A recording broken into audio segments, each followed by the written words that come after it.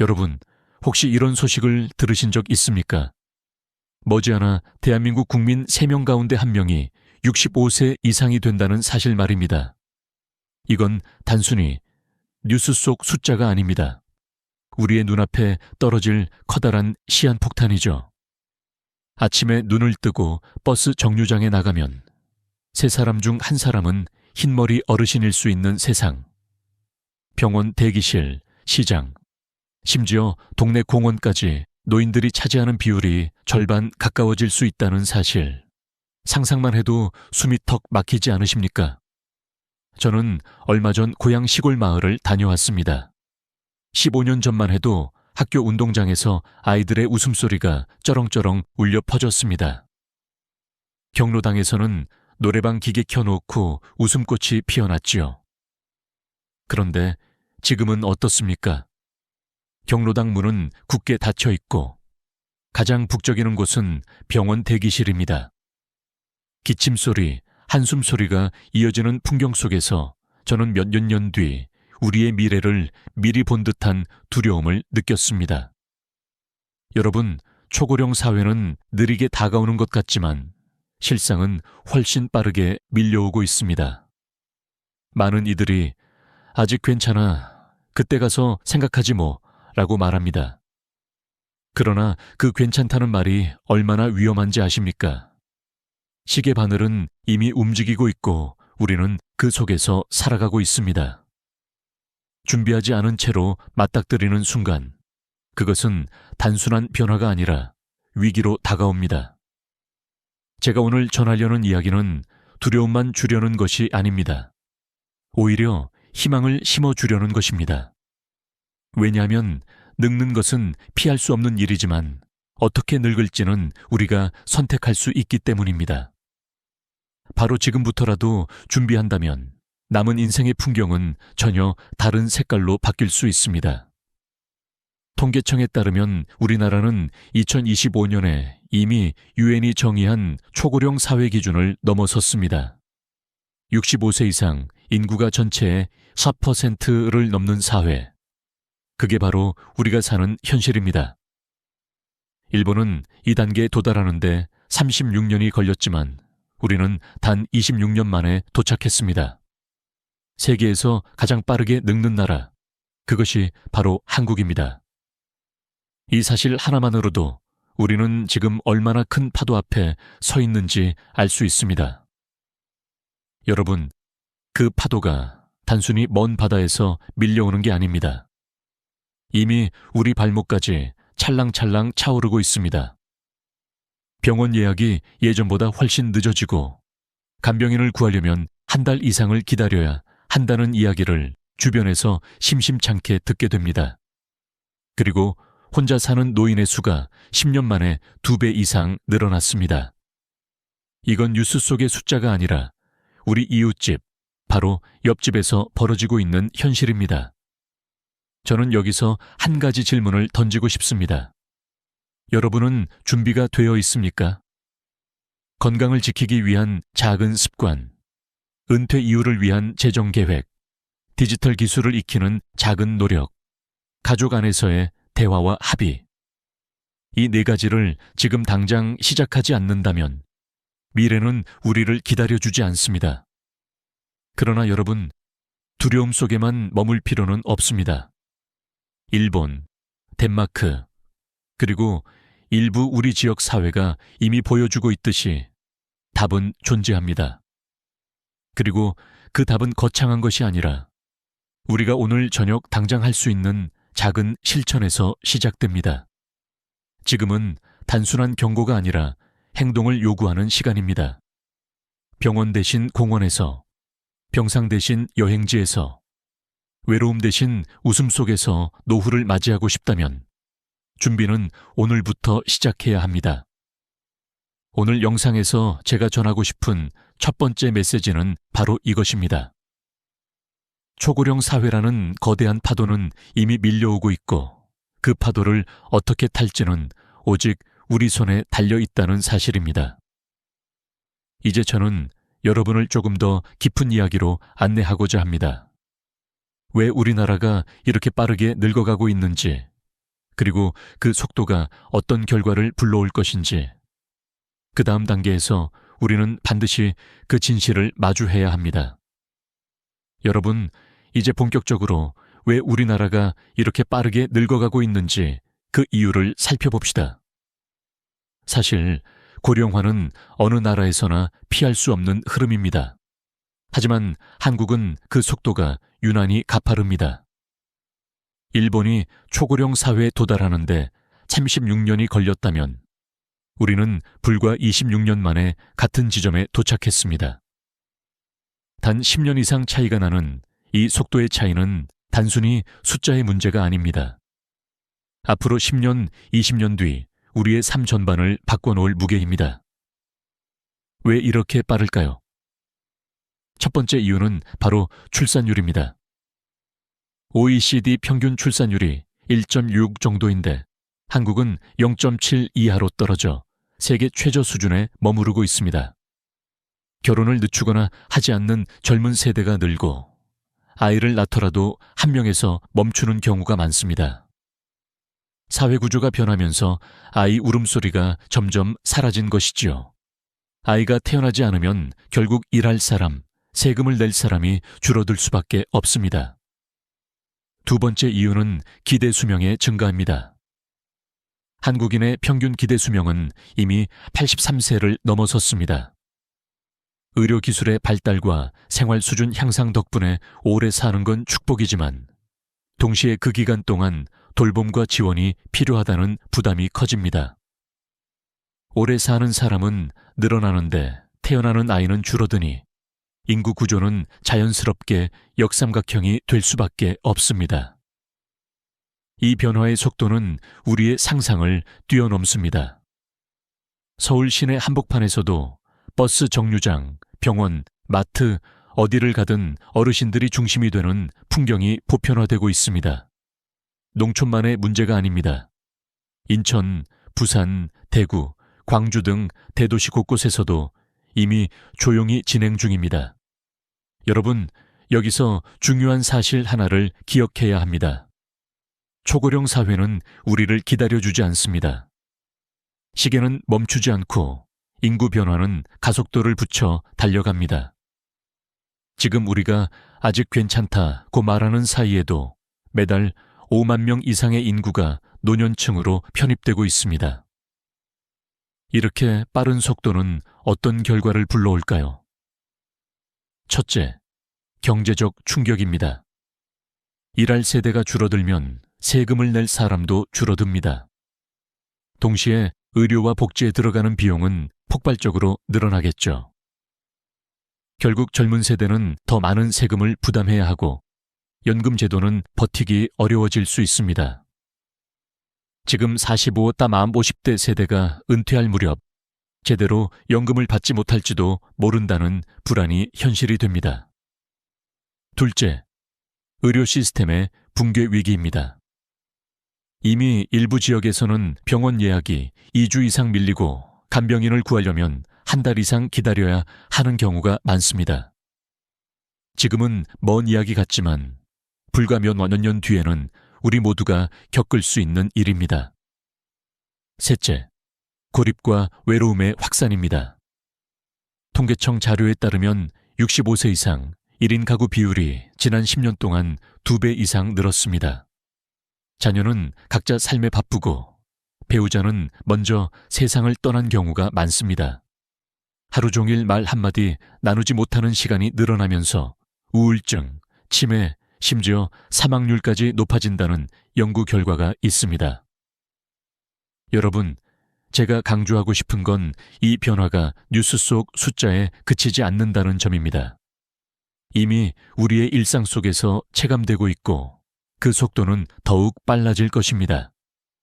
자동차 브레이크가 고장난 채로 내리막길을 달리는 것과 같은 상황. 우리가 지금 바로 핸들을 잡지 않으면 곧바로 충돌이라는 위기를 맞게 됩니다. 그렇다면 질문이 생깁니다. 이 빠른 속도 앞에서 우리는 무엇을 준비해야 할까요? 단순히 두려워하기만 해서는 안 됩니다. 지금부터라도 개인, 가족, 사회가 함께 대응한다면 늦지 않았습니다. 다른 나라의 사례에서 답을 찾을 수도 있습니다. 여러분, 다음 이야기는 바로 그 해답을 향한 길입니다. 일본과 북유럽의 선택, 그리고 우리가 배울 수 있는 지혜. 거기서 우리는 한 줄기 빛을 발견할 수 있을 것입니다. 여러분, 이제부터는 그 빠른 변화가 우리의 삶에 어떤 파장을 주는지 더 깊게 들여다보겠습니다. 사실 초고령 사회의 무게는 단순히 통계 속 수치가 아니라 개인과 가족, 그리고 사회 전체를 동시에 흔드는 거대한 힘입니다. 눈에 잘 보이지 않지만 우리 일상 곳곳에 스며들어 있는 보이지 않는 짐이죠. 저는 이 짐을 보이지 않는 무게라고 부르고 싶습니다. 먼저 개인 차원입니다. 나이가 들면 가장 먼저 찾아오는 건 고립감입니다. 퇴직과 동시에 사회적 연결망은 빠르게 끊어집니다. 회사 동료와 연락이 끊기고 자녀들은 바쁜 삶 속에서 얼굴 보기가 어려워집니다. 어느 순간 하루 종일 아무와도 대화하지 못한 채 시간을 보내는 자신을 발견하게 됩니다. 심리학에서는 이를 사회적 단절이라고 부르는데 이 단절이 길어지면 우울증, 인지 기능 저하, 그리고 치매 위험이 급격히 높아집니다.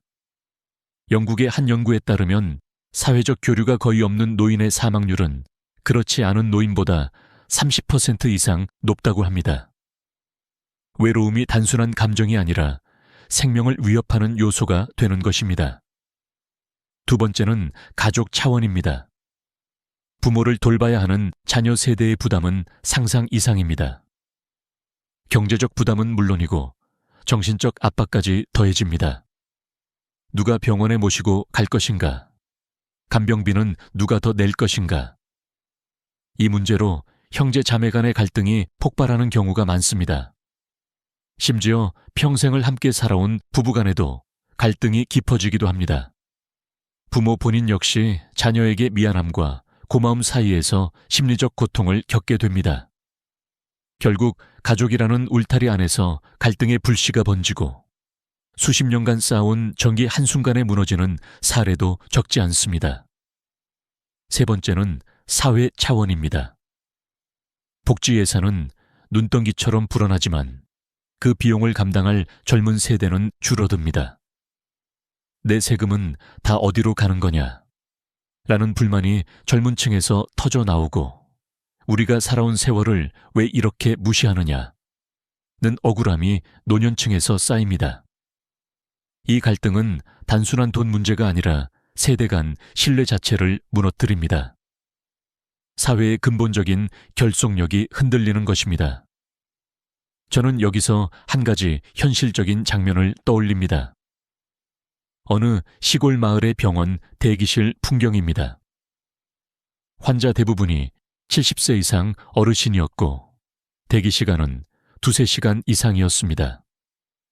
진료를 기다리며 나누는 대화는 기침소리와 한숨으로 가득했습니다. 그런데 이 풍경은 더 이상 시골만의 이야기가 아닙니다.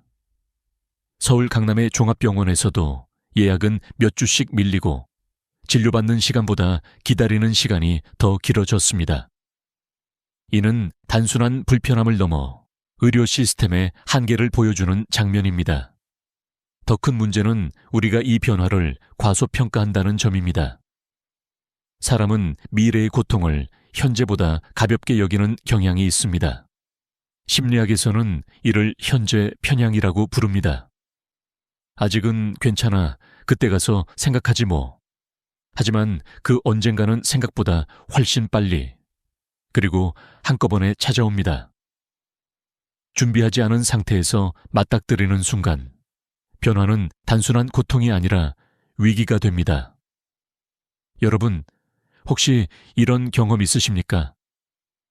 갑작스럽게 부모님이 쓰러져 병원에 입원하시고 형제 자매끼리 누가 간병할지, 비용은 어떻게 나눌지 2~3시간 만에 결정을 내려야 하는 상황. 아무 준비가 되어 있지 않으니 결국 감정 싸움으로 번지고 마음의 상처는 오래도록 남습니다. 이게 바로 준비 없는 가족이 겪게 되는 현실입니다. 그렇다면 우리는 어떻게 해야 할까요? 답은 분명합니다. 개인은 고립을 막기 위해 의도적으로 사회적 연결망을 만들고, 가족은 미리 대화와 합의를 통해 갈등의 씨앗을 줄이며, 사회는 신뢰를 지탱할 새로운 구조를 세워야 합니다. 하지만 이 답을 구체적으로 실행하기 위해서는 다른 나라의 사례를 살펴보는 것이 큰 도움이 됩니다. 우리보다 먼저 이 길을 걸은 나라들이 있으니까요. 여러분, 다음 이야기는 바로 그 해답을 찾는 과정입니다. 일본, 덴마크, 그리고 북유럽이 선택한 길에서 우리는 어떤 지혜를 배울 수 있을까요? 여러분, 이제 우리는 시선을 밖으로 돌려야 합니다. 우리보다 먼저 초고령 사회를 경험한 나라들은 어떤 선택을 했을까요? 그들의 성공과 실패 속에서 우리는 무엇을 배울 수 있을까요? 저는 이 질문을 찾아 일본과 북유럽, 그리고 몇몇 작은 마을의 사례를 깊이 들여다보았습니다. 먼저 일본입니다. 일본은 2013년에 초고령 사회에 진입했습니다. 당시 일본은 의료비 폭증, 간병인 부족, 고독사 증가라는 삼중고를 겪으며 몸살을 앓았습니다. 그러나 그들은 포기하지 않았습니다. 지역 커뮤니티 케어 시스템을 꺼내 들었습니다. 한 구역 안에서 병원, 약국, 재활센터, 노인 주거시설, 복지관을 서로 연결해 놓은 구조입니다. 어르신이 병원 진료를 받고 약을 타고 재활치료까지 받는 과정을 버스 타고 30분씩 이동하지 않아도 생활권 안에서 해결할 수 있도록 만든 것이죠. 이웃끼리 일정 교육을 받은 뒤 돌봄 자원봉사자로 활동하도록 하여 전문 인력이 부족할 때도 최소한의 지원이 가능하게 했습니다. 그 결과 고립은 줄고 의료 시스템의 효율은 높아졌습니다. 여기서 중요한 건 단순한 제도가 아니라 가까움입니다.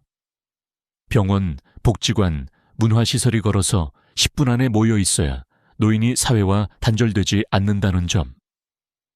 일본은 그 사실을 정확히 짚어냈습니다. 다음은 덴마크입니다.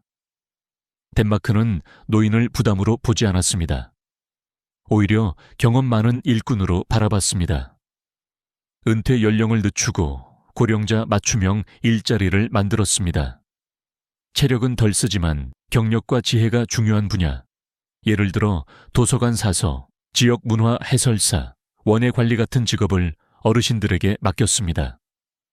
국가에서 재교육 프로그램을 무료로 제공해 65세 이후에도 새로운 기술을 배우고 다시 일할 수 있도록 돕기도 했습니다. 그 결과 70대 취업률은 OECD 평균을 훌쩍 넘었고, 노인 빈곤율은 7%대로 세계 최저 수준을 기록했습니다. 덴마크 사회가 노인을 부담이 아닌 자원으로 인식했기 때문에 가능했던 일입니다. 여러분, 여기에 또 하나 주목할 점이 있습니다. 덴마크의 어르신들은 경제적 안정뿐 아니라 심리적 건강까지 지켜냈습니다. 아침에 일어나 출근할 이유가 있다라는 건 자신이 여전히 사회에 필요한 존재라는 감각을 준다는 뜻입니다. 이것이야말로 고령화 사회에서 가장 강력한 백신일지 모릅니다. 그리고 우리나라 안에서도 작은 희망들이 피어나고 있습니다.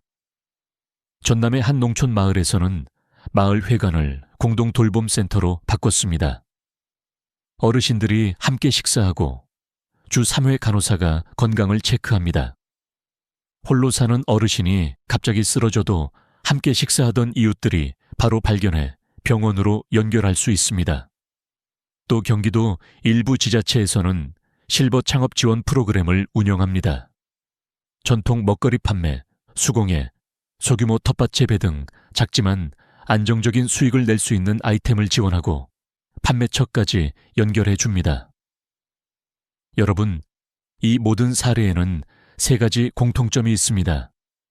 첫째, 고립을 막는 사회적 연결망을 구축했다는 점.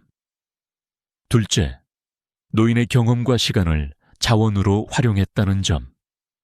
셋째, 의료와 돌봄 서비스를 생활권 안으로 끌어왔다는 점.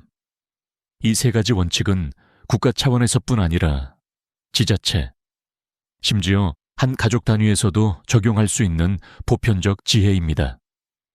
저는 이 사례들을 보면서 큰 깨달음을 얻었습니다. 늙어가는 건 피할 수 없지만 어떻게 늙을지는 준비에 달려있다는 사실 말입니다. 일본의 지역 커뮤니티, 덴마크의 재취업 정책, 그리고 우리 농촌의 공동 돌봄은 모두 같은 메시지를 던집니다. 고립을 막아라, 자원을 활용하라, 가까움을 확보하라. 여러분, 그렇다면 이제 중요한 질문이 남습니다. 다른 나라와 다른 마을은 이렇게 준비했었는데 우리는 지금 무엇을 해야 할까요? 답은 바로 우리 각자의 선택 속에 있습니다. 건강, 돈, 기술, 이 세 가지 기둥을 세우는 것. 이것이 앞으로 다가올 폭풍을 견딜 수 있는 토대가 될 것입니다. 여러분, 이제부터는 우리 각자가 바로 지금부터 시작할 수 있는 준비에 대해 이야기해야 합니다. 저는 이것을 세 개의 기둥이라고 부르고 싶습니다. 건강, 재정, 그리고 기술. 이 세 가지 기둥을 동시에 세워야만 초고령 사회라는 폭풍 앞에서 무너지지 않고 당당히 설 수 있습니다. 첫 번째 기둥은 건강입니다. 오래 사는 건 이제 당연한 시대가 되었습니다. 하지만 문제는 얼마나 오래 사느냐가 아니라 어떻게 사느냐입니다. 병원 침대 위에서 10년을 보내는 건 결코 장수라고 할 수 없습니다. 진짜 장수는 내 두 발로 시장을 걸어가고 내 손으로 밥을 차리고 친구와 차 한 잔을 나누는 기간을 늘리는 것입니다. 이를 기능적 건강 수명이라고 합니다. 단순히 생존 연수가 아니라 스스로 움직이고 판단할 수 있는 좋은 세월을 늘리는 것. 바로 이것이 핵심입니다. 여러분, 낙상 사고가 얼마나 무서운지 아십니까? 70세 이후 골절 한 번이면 평균 회복 기간이 6개월 이상입니다. 그 사이 근육은 30% 넘게 줄어듭니다. 더 큰 문제는 노년기에 잃어버린 근육과 균형 감각은 거의 회복이 불가능하다는 점입니다. 실제로 75세 이상 낙상 환자 10명 중 4명은 골절 이후 혼자 생활하지 못합니다. 결국 넘어지는 순간이 건강 하락 곡선의 출발점이 되는 것이죠. 그렇다면 어떻게 지킬 수 있을까요? 답은 간단합니다. 주 3회 이상 근력 운동을 생활화하는 것입니다. 헬스장에 가지 않아도 됩니다. 물통, 탄력밴드, 의자만 있어도 집에서 충분히 가능합니다. 예를 들어 1.5리터 물통을 들고 팔꿈치 굽히기 15보에 3세트, 의자에 앉았다 일어서기 15보에 3세트. 이 정도만 꾸준히 해도 상체와 하체를 동시에 단련할 수 있습니다.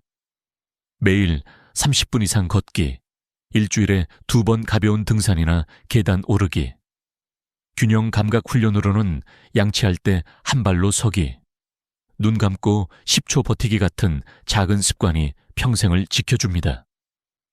일본에서는 이런 습관만으로 65세 이상 낙상률을 20% 낮췄다는 보고도 있습니다. 두 번째 기둥은 재정입니다.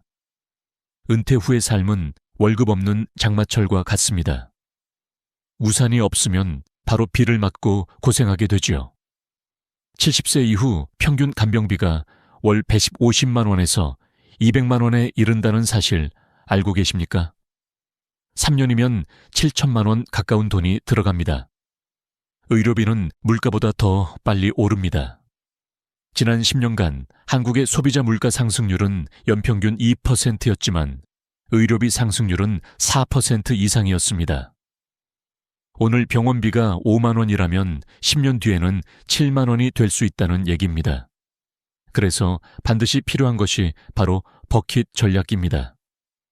돈을 한 곳에 몰아두는 게 아니라 시기별로 다른 주머니에 나누어 두는 방법입니다. 첫 번째 주머니는 3년 안에 쓸 생활비. 이건 언제든 꺼낼 수 있는 예금이나 CMA 같은 안전한 곳에 둡니다. 두 번째 주머니는 3년 뒤부터 10년 사이에 쓸 돈. 국공채, 우량 회사채, 안정적인 배당주 같은 곳에 두어야 합니다. 세 번째 주머니는 10년 이후에 쓸 돈. ETF나 장기 성장 가능성이 있는 주식에 투자해 물가 상승률을 따라잡을 수 있도록 해야 합니다. 중요한 건 비율입니다. 보통 단기 30%, 중기 40%, 장기 30% 비율을 추천합니다. 이렇게 하면 단기 생활비부터 장기 자산 성장까지 동시에 대비할 수 있습니다. 세 번째 기둥은 기술입니다. 지금 세상은 디지털을 모르면 혜택을 놓치고 불편함을 감수할 수밖에 없습니다. 복지 신청, 병원 예약, 요양 서비스 안내, 정부 지원금 조회까지 대부분이 앱과 홈페이지에서만 가능해졌습니다. 스마트폰 하나로 정부 지원금을 신청할 수 있는데 기술을 몰라 기한을 놓쳐 수십만 원을 날린 사례도 있습니다. 기술이라고 해서 어려운 것이 아닙니다. 스마트폰 결제와 송금, 온라인 병원 예약과 원격 진료, 정부 복지, 앱 사용, 영상 통화. 이 네 가지만 익혀도 노후의 삶이 훨씬 안전하고 편리해집니다. 여러분, 중요한 건 마음가짐입니다. 나는 기계에 약하다라는 생각을 단 한 번만 넘어서는 순간 세상은 훨씬 넓고 편리해집니다. 행정복지센터, 주민자치센터, 노인복지관 등에서는 이미 무료 교육 프로그램을 운영하고 있습니다. 배우는 데는 몇 시간이면 충분합니다. 배우지 않는다면 평생 불편함과 손해가 따라옵니다. 건강, 돈, 기술. 이 세 가지 기둥을 세우는 건 거창한 것이 아닙니다. 작은 습관, 작은 계획, 작은 배움이 모여 10년 뒤, 20년 뒤를 지켜줍니다. 지금 당장 한 줄이라도 적어보십시오. 오늘 걸은 걸음수, 이번 달 필수 지출, 다음 달 배우고 싶은 기술. 그 작은 기록이 10년 뒤 여러분의 가장 큰 자산이 될 것입니다. 여러분, 그렇다면 이제 남은 질문은 이것입니다. 개인의 준비만으로 충분할까요? 아닙니다. 가족이라는 울타리 안에서도 반드시 해야 할 대화와 합의가 있습니다. 그 이야기를 지금부터 함께 나누어 보겠습니다. 여러분, 개인의 준비가 아무리 철저해도 가족이라는 울타리 안에서 합의와 대화가 없다면 결국 모든 짐이 한 사람에게 쏠리고 갈등이 터져버립니다. 초고령 사회에서는 누가 언제 얼마나 돌볼 것인가가 가족의 가장 큰 갈등 요인이 됩니다. 그래서 지금 이 순간부터 가족 안에서의 약속과 계획이 필요합니다. 저는 이것을 가족의 화해 장치라고 부르고 싶습니다. 먼저 돌봄 계획을 세워야 합니다. 부모를 잘 모셔야 한다는 말만으로는 부족합니다.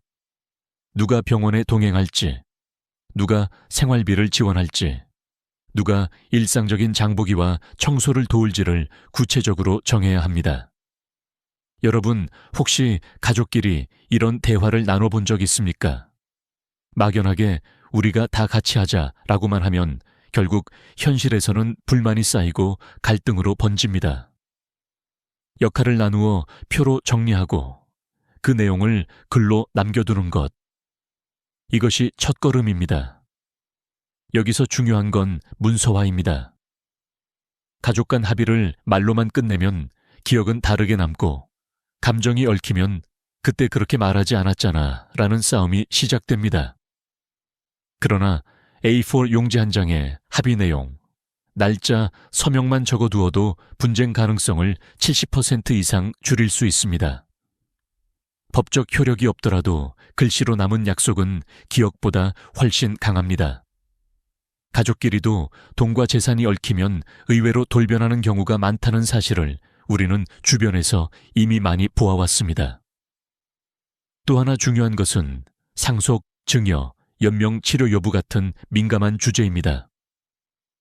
사람은 갑작스러운 상황에서 감정에 휘둘리기 쉽습니다.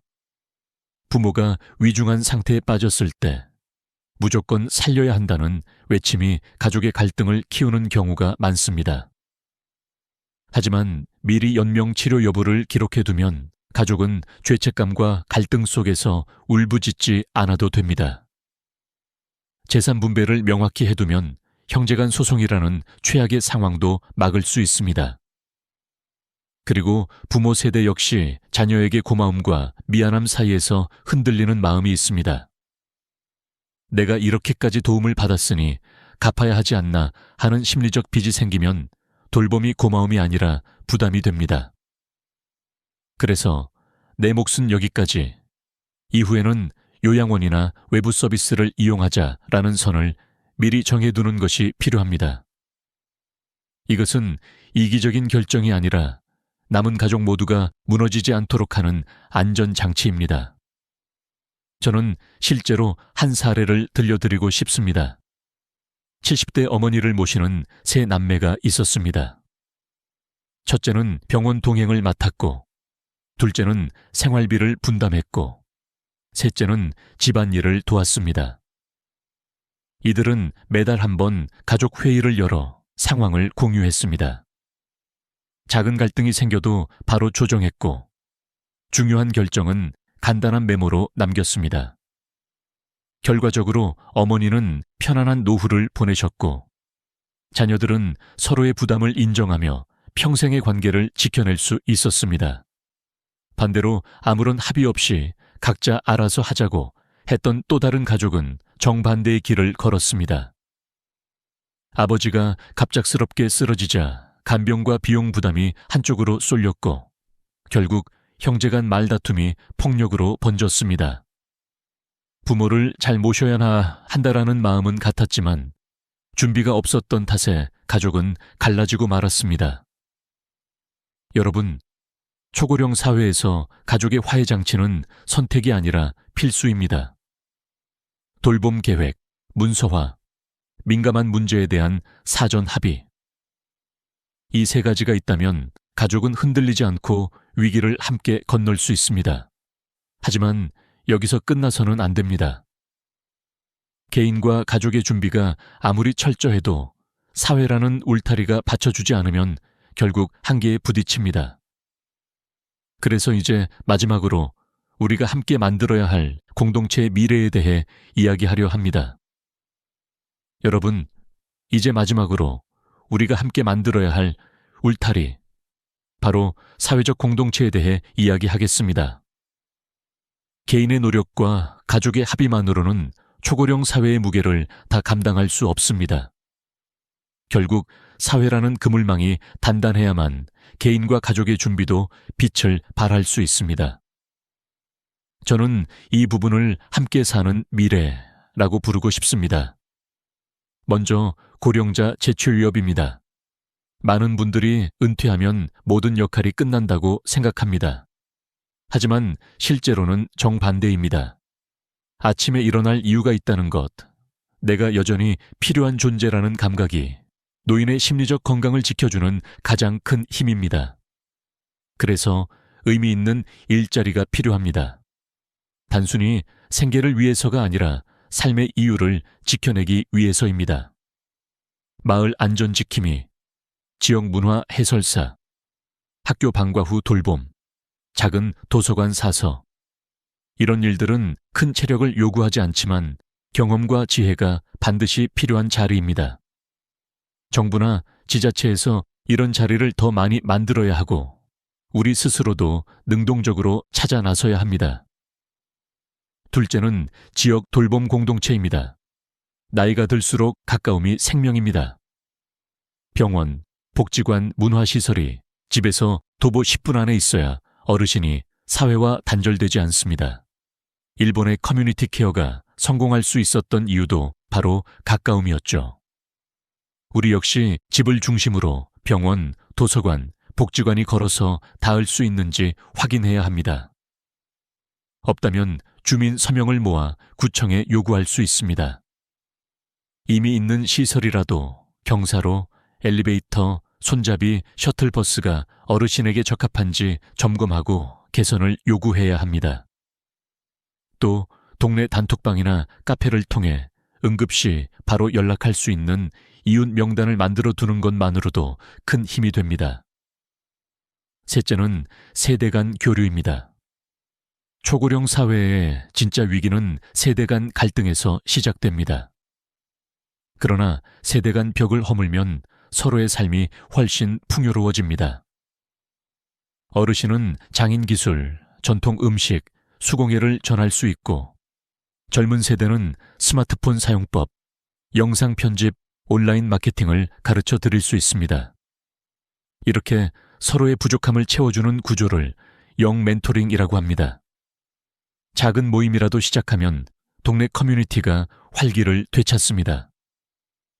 여러분, 사회적 공동체를 만드는 일은 정부만의 몫이 아닙니다. 내가 먼저 발을 떼고 이웃과 연결되는 순간부터 시작됩니다. 동네 도서관, 복지관, 작은 카페, 심지어 아파트 경비실에서 나누는 인사 하나가 공동체의 시작입니다. 늙는 것은 선택이 아니지만 어떻게 늙을지는 분명 우리의 선택입니다.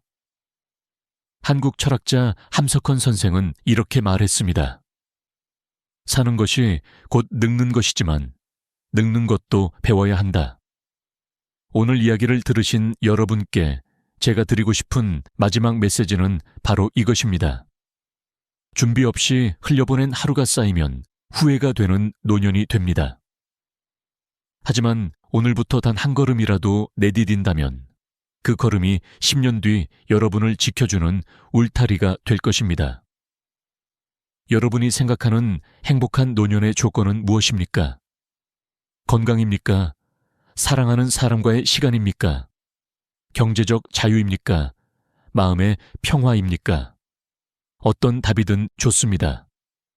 댓글로 남겨주십시오. 여러분의 이야기가 누군가의 10년 뒤를 바꿀 수 있습니다. 오늘 영상을 끝까지 시청해 주셔서 진심으로 감사드립니다. 도움이 되셨다면 소중한 분들께 공유해 주시고 구독과 좋아요로 저를 응원해 주세요. 여러분과의 연결이 저에게는 가장 큰 힘이 됩니다. 다음 영상에서도 여러분의 삶을 비추는 이야기로 찾아뵙겠습니다. 우리가 행복한 노후를 꿈꾸는 데 있어 가장 중요한 요소 중 하나는 불필요한 관계를 줄이는 것입니다. 건강, 재정, 그리고 인간관계는 모두 노후의 행복에 큰 영향을 미치지만 특히 관계에서의 선택은 우리가 느끼는 마음의 평화와 직결됩니다. 오늘은 60대 이후 반드시 줄여야 할 것들을 5위에서 1위까지 이야기하면서 불필요한 관계를 어떻게 정리할 수 있는지에 대해 알아보겠습니다. 사람마다 중요하게 생각하는 가치는 다를 수 있습니다. 어떤 사람은 돈을 중요하게 생각하고 어떤 사람은 건강을 우선시하며 또 어떤 사람은 사랑하는 사람과의 관계를 중요하게 생각합니다. 그러나 많은 사람들이 공감할 수 있는 한 가지는 불필요한 관계는 반드시 줄여야 한다는 점입니다. 나이가 들수록 사람들은 더욱 간소화된 삶을 추구하게 됩니다. 그 중에서도 불필요한 인간관계를 정리하는 것이 바로 행복한 노후를 만드는 첫 번째 조건이라고 할 수 있습니다. 왜 불필요한 관계를 줄여야 할까요? 이를 이해하기 위해 우리는 먼저 관계가 우리의 정신과 신체에 미치는 영향을 생각해 보아야 합니다. 인간은 본능적으로 사회적 동물이기 때문에 관계에서 오는 스트레스는 우리에게 큰 영향을 미칩니다. 어린 시절에는 다양한 사람들과의 관계를 맺고 그 속에서 자아를 확립하며 살아가지만 나이가 들면서 더 이상 그런 관계가 필요하지 않다는 것을 깨닫게 됩니다. 이해를 돕기 위해 철학자 쇼펜하우어의 말을 예로 들어보겠습니다. 그는 친구란 나와 정신적으로 잘 맞는 사람 한 명만 사귀어도 충분하다라고 말했습니다. 이 말은 단순한 말처럼 보일 수 있지만 깊이 생각해보면 매우 중요한 의미를 담고 있습니다. 많은 사람들은 관계의 수가 많을수록 그 사람이 가치 있는 사람이라고 생각할 수 있지만 사실은 그렇지 않습니다. 우리가 진정으로 필요로 하는 것은 수많은 사람들이 아니라 정신적으로 깊이 교감할 수 있는 몇 명의 진정한 친구들입니다. 우리가 직장 생활을 하거나 사회 활동을 할 때는 다양한 사람들과의 관계를 유지하는 것이 필요하지만 나이가 들수록 우리는 더 이상 그렇게 많은 사람들과 시간을 보내지 않아도 됩니다. 사실 나이가 들어가는 것은 우리의 몸뿐만 아니라 우리의 마음에도 여유를 주는 시간이기도 합니다. 그 여유를 어떻게 쓸지는 전적으로 우리의 선택에 달려 있습니다. 예를 들어 저의 한 친구는 대학교 동문회에서 총무를 맡고 많은 모임을 주관하며 사람들과 관계를 지속해 왔습니다. 그러나 그는 어느 순간 자신이 너무 많은 사람들과의 관계에 휘둘리고 있다는 것을 깨닫게 되었습니다. 그 친구는 오랜 고민 끝에 불필요한 연락을 끊고 자신에게 진정으로 소중한 몇몇 사람들과만 깊은 관계를 유지하기로 결심했습니다. 그리고 그 후로 그는 정신적인 안정감과 마음의 평화를 느끼기 시작했습니다. 이제 그는 더 이상 많은 사람들과 시간을 보내지 않고 오히려 자신에게 중요한 사람들과의 시간을 더욱 소중히 여깁니다.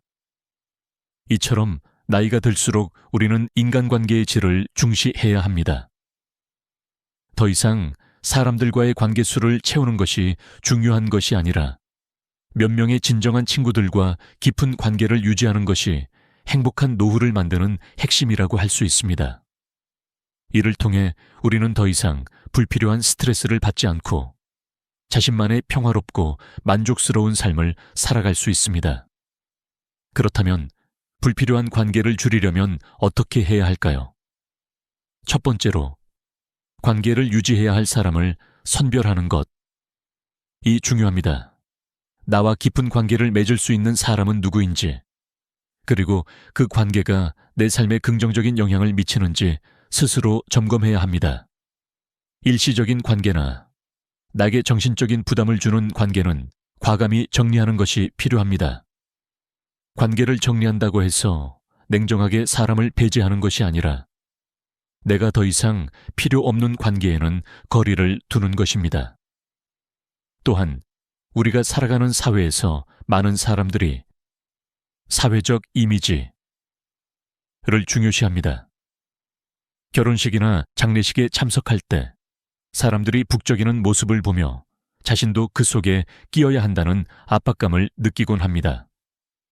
그러나 진정한 가치는 사람들의 수가 아니라 내가 진정으로 소중히 여기는 사람들과의 깊은 교감입니다. 결국 노후의 행복은 정말 소중한 사람들과의 관계를 통해 이루어집니다. 나이가 들수록 우리는 더 이상 사람들 사이에서 인정받으려 하지 않게 됩니다. 진정한 행복은 내가 선택한 사람들과 내 마음을 나누는 깊은 관계에서 오는 것임을 깨닫게 됩니다. 불필요한 관계를 정리하고 진정한 우정과 사랑을 지켜나가는 것이 행복한 노후를 위한 첫걸음이 될 것입니다. 우리가 나이가 들수록 욕심을 줄이는 것이 얼마나 중요한지에 대해 많은 사람들은 동의할 것입니다. 젊은 시절에는 많은 사람들이 더 많은 돈을 벌고 더 많은 성취를 이루려고 합니다. 하지만 60대 이후에는 삶의 방식이 달라져야 합니다. 과거의 성취나 물질적인 것들이 더 이상 가장 중요한 기준이 되지 않습니다. 그 대신 우리가 진정으로 중요한 것은 현재의 삶을 어떻게 잘 지키며 조금 더 간소화하고 여유롭게 살아갈 수 있을지에 대한 고민입니다. 많은 사람들은 노후에 들어서도 여전히 많은 돈을 벌고 싶어 합니다. 예를 들어 주식 투자, 부동산 투자 또는 여러 가지 돈을 벌 수 있는 기회를 잡으려는 욕심을 품고 살아가는 경우가 많습니다. 그러나 욕심이 과하면 그만큼 더 큰 리스크와 불안정성을 초래할 수 있습니다. 나이가 들어서 하는 투자는 그만큼 위험 부담이 크고 잘못된 선택이 오래 회복하기 어려운 손실을 불러올 수 있습니다. 한 가지 예를 들어 보겠습니다. 제 친구의 아버지는 은퇴 후에도 계속해서 투자에 대한 욕심을 놓지 않으셨습니다. 주식시장에서 빠르게 돈을 벌 수 있다는 생각에 매일 하루도 빠짐없이 투자하고 분석했습니다. 그 결과 그의 투자 전략은 처음에는 조금씩 성과를 보였지만 결국 대규모 금융위기에 직면하면서 모든 것을 잃고 말았습니다. 그는 결국 큰 충격과 스트레스에 시달리게 되었고 그 후로는 몸과 마음이 매우 지쳐 있었습니다. 이 일이 지나고 나서 그는 스스로 깨달았습니다. 노에 더 많은 돈을 벌려고 하기보다는 지금 가진 것을 잘 지키고 안정적인 삶을 유지하는 것이 더 중요하다. 는 사실을 말입니다. 그렇습니다. 나이가 들수록 더 많은 욕심을 쫓는 것보다는 현재 가지고 있는 것을 잘 지키는 것이 중요합니다. 경제적 안정성과 심리적인 평온을 우선시하는 것이 바로 행복한 노후를 위한 중요한 요소입니다. 그렇다면 우리가 어떻게 이런 욕심을 줄이고 삶을 더 간소화할 수 있을까요? 첫 번째로 안정적인 수입원을 찾는 것이 중요합니다. 많은 사람들이 은퇴 후에는 더 이상 일을 하지 않거나 경제적인 안정성이 흔들리기 때문에 스트레스를 받습니다. 하지만 은퇴 후에도 일정한 수입을 얻을 수 있는 방법을 찾는다면 그만큼 마음의 여유도 생기고 더 이상 돈에 대한 걱정에서 벗어날 수 있습니다. 예를 들어 연금이나 안정적인 부동산 투자는 비교적 안정적인 수입원을 제공할 수 있습니다. 두 번째로 욕심을 줄이는 중요한 방법은 작은 기쁨에 감사하는 마음을 가지는 것입니다. 많은 사람들이 삶의 작은 기쁨을 놓치고 더 큰 목표를 향해 달려갑니다. 하지만 나이가 들수록 중요한 것은 작은 일에서 행복을 찾는 것입니다. 예를 들어 아침에 커피 한 잔을 마시며 하루를 시작하는 것, 가족과 함께 조용한 시간을 보내는 것, 마당에서 꽃을 돌보는 것과 같은 작은 행복이 결국에는 더 큰 만족감을 줍니다.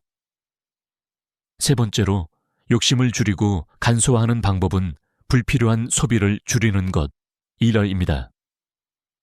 우리는 많은 물건들을 사고 집안에 쌓여가는 물건들을 정리하지 않고 살아가곤 합니다. 하지만 물건이 많을수록 그만큼 관리해야 할 것이 많아지고 우리의 정신적인 부담이 커집니다. 나이가 들수록 소유물보다는 경험과 추억이 더 중요한 자산이 됩니다. 그렇기 때문에 필요 없는 물건을 버리고 더 중요한 것들에 집중하는 것이 중요합니다.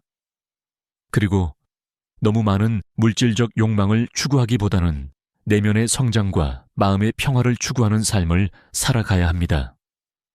예를 들어 명상이나 독서, 자연과의 교감은 우리의 마음을 편안하게 하고 삶의 깊이를 더해주는 중요한 활동들입니다. 이와 같은 방식으로 우리는 점차 욕심을 줄여가며 더 단순하고 평화로운 삶을 살아갈 수 있습니다. 욕심을 줄이기 위해서는 자신의 내면을 돌아보며 진정으로 중요한 것이 무엇인지 깨닫는 과정이 필요합니다. 적당히 살아가자는 마음가짐이 바로 우리가 노후에 더 행복하고 평화롭게 살 수 있는 비결입니다. 여러분도 한번 생각해 보세요. 지금까지 추구해온 욕망들 중에서 정말 중요한 것이 무엇인지, 그리고 그 욕망을 줄이고 나면 얻을 수 있는 평화와 여유가 무엇인지 고민해 보세요. 그때가 되면 여러분은 더 이상 물질적 욕망에 끌려다니지 않고 진정으로 의미 있는 삶을 살아갈 수 있게 될 것입니다. 나이가 들어가면서 우리의 몸은 더 이상 젊었을 때처럼 빠르게 회복되지 않습니다. 그래서 우리는 더 신경 써야 할 부분들이 많아지죠. 그 중에서도 탄수화물 섭취를 줄이는 것은 노후 건강을 지키는데 중요한 역할을 합니다. 나이가 들수록 몸의 신진대사가 느려지고 소화 기능이 떨어지며 체중 증가나 만성 질환에 걸릴 위험이 커지기 때문에 식습관에 신경을 써야 합니다. 왜 탄수화물을 줄여야 할까요? 먼저, 탄수화물은 우리 몸에서 에너지원으로 사용되지만 그 과잉 섭취는 혈당 수치를 급격히 높여 당뇨병, 심혈관 질환, 비만 등을 일으킬 수 있습니다. 특히 노년기에 접어들면서 과도한 탄수화물 섭취는 신체에 더 큰 부담을 주기 때문에 섭취량을 적절히 조절하는 것이 필요합니다. 한 예로 한국의 노인층에서 흔히 발생하는 질병 중 하나는 당뇨병입니다. 당뇨병은 탄수화물을 많이 섭취할 경우 혈당이 급격히 상승하면서 발생하는 질환으로 만약 제대로 관리하지 않으면 여러 가지 합병증을 일으킬 수 있습니다. 최근의 연구에 따르면 탄수화물을 과다하게 섭취하는 노인들이 특히 당뇨병에 걸릴 확률이 높다고 밝혀졌습니다. 그리고 한 연구에 의하면 식이섬유가 풍부한 저탄수화물 식단이 당뇨병 예방과 관리를 돕는 데 효과적이라고 합니다. 그렇다면 탄수화물을 어떻게 줄여야 할까요?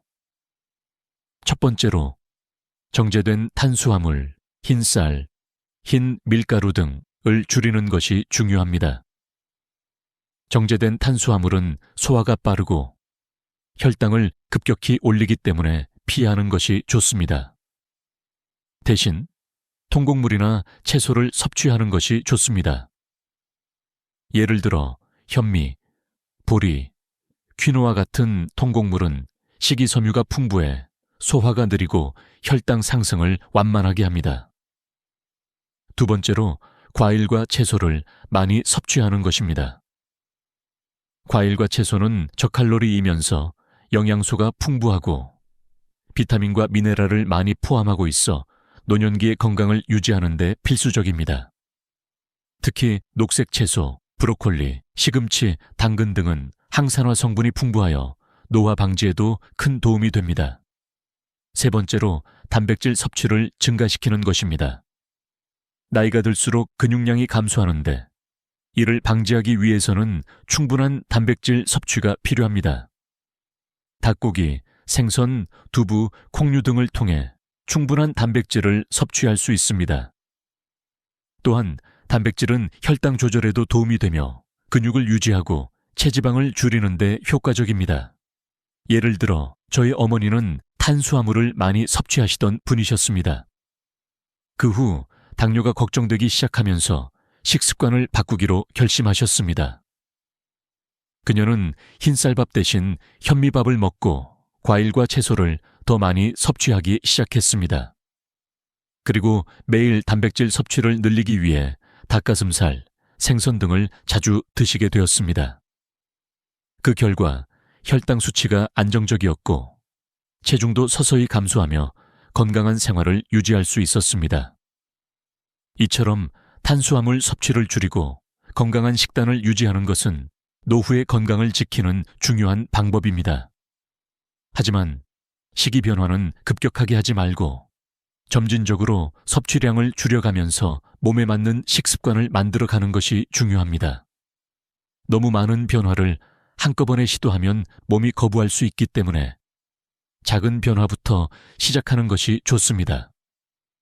식습관을 바꾸는 것이 어려울 수도 있지만 꾸준히 실천하고 건강한 음식을 선택하는 습관이 여러분의 건강을 지키는 가장 좋은 방법이 될 것입니다. 나이가 들어서도 건강한 몸을 유지하기 위해서는 지금부터라도 식습관에 신경을 써야 합니다. 따라서 탄수화물을 줄이는 것은 나이 들수록 더욱 중요한 일이며 이는 단순히 체중 관리뿐만 아니라 당뇨, 심혈관 질환, 노화 방지에 큰 도움이 됩니다. 지금부터라도 조금씩 탄수화물을 줄여가며 더 건강한 식습관을 만들어가는 것이 바로 행복한 노후를 위한 첫걸음입니다. 나이가 들수록 우리 몸의 변화에 맞춰 정신적인 건강도 중요하게 고려해야 합니다. 정신 건강은 단순히 기분이 좋거나 나쁘다는 것을 넘어서 우리 삶의 질에 지대한 영향을 미치는 중요한 요소입니다. 우리가 나이가 들면서 정신적으로 건강하게 지내기 위한 방법은 무엇일까요? 그것은 바로 긍정적인 태도와 마음가짐을 유지하는 것입니다. 긍정적인 태도는 삶의 질을 높이고 사회적 관계를 개선하며 신체 건강에도 좋은 영향을 미칩니다. 특히 노년기의 정신 건강을 지키는 데 있어 긍정적인 사고방식은 매우 중요한 역할을 합니다. 긍정적인 사고는 스트레스를 줄이고 우울증을 예방하는 데 도움이 되며 삶에 대한 만족도를 높여줍니다.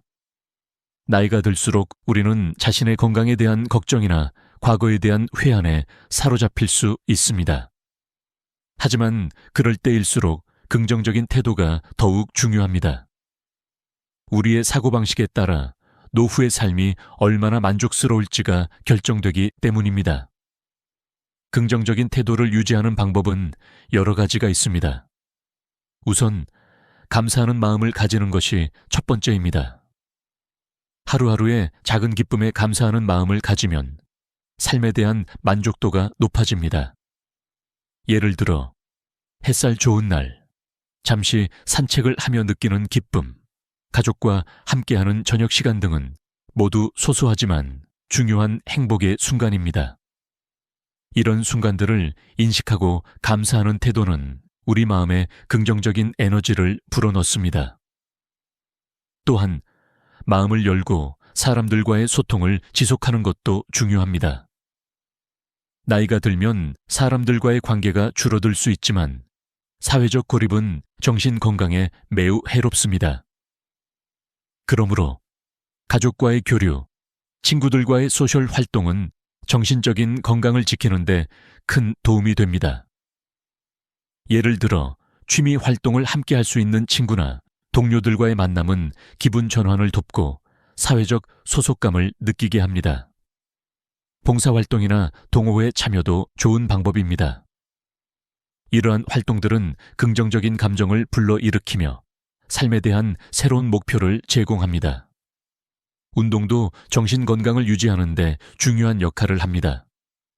신체 활동은 뇌에서 엔돌핀을 분비시켜 행복감을 느끼게 하고 스트레스와 불안을 줄이는 데 효과적입니다. 특히 걷기, 요가, 가벼운 스트레칭과 같은 운동은 몸과 마음을 동시에 건강하게 유지할 수 있는 좋은 방법입니다. 제가 아는 한 분은 매일 아침마다 가까운 공원에서 30분간 걷기를 합니다. 그분은 걸을 때마다 자연의 아름다움에 감사하며 마음을 가다듬고 걷고 나면 더욱 기분이 좋아지고 활력을 되찾는다고 합니다. 또한 명상이나 호흡 운동은 스트레스를 완화하고 정신적인 평화를 찾는 데 매우 효과적입니다. 하루에 몇 분이라도 고요한 시간을 가지며 명상을 하거나 깊게 숨을 쉬는 것만으로도 마음이 안정되고 일상에서 겪는 스트레스를 감소시킬 수 있습니다. 가장 중요한 점은 변화를 받아들이는 것, 예림입니다. 나이가 들면 몸과 마음에서 변화가 생기기 마련입니다. 처음에는 불편하고 어색할 수 있지만 그 변화를 인정하고 받아들이는 것이 긍정적인 태도를 유지하는 첫걸음입니다. 어떤 상황에서도 긍정적인 면을 찾아내려고 노력하고 그에 대해 감사하는 마음을 가지면 더 나은 마음 상태를 유지할 수 있습니다. 예를 들어 퇴직 후 자유로운 시간을 가지게 되어 그동안 미뤄왔던 취미 생활을 시작할 수 있게 되었다면 이는 긍정적으로 받아들일 수 있는 변화입니다. 자기 자신을 사랑하는 것도 중요한 부분입니다. 많은 사람들이 나이가 들면서 자기 자신을 돌보는 것에 소홀해지기 쉽습니다. 그러나 자기 자신을 아끼고 돌보는 태도가 바로 정신 건강의 기본이 됩니다. 자기 사랑은 자존감을 높이고 내면의 평화를 유지하는 데 중요한 역할을 합니다.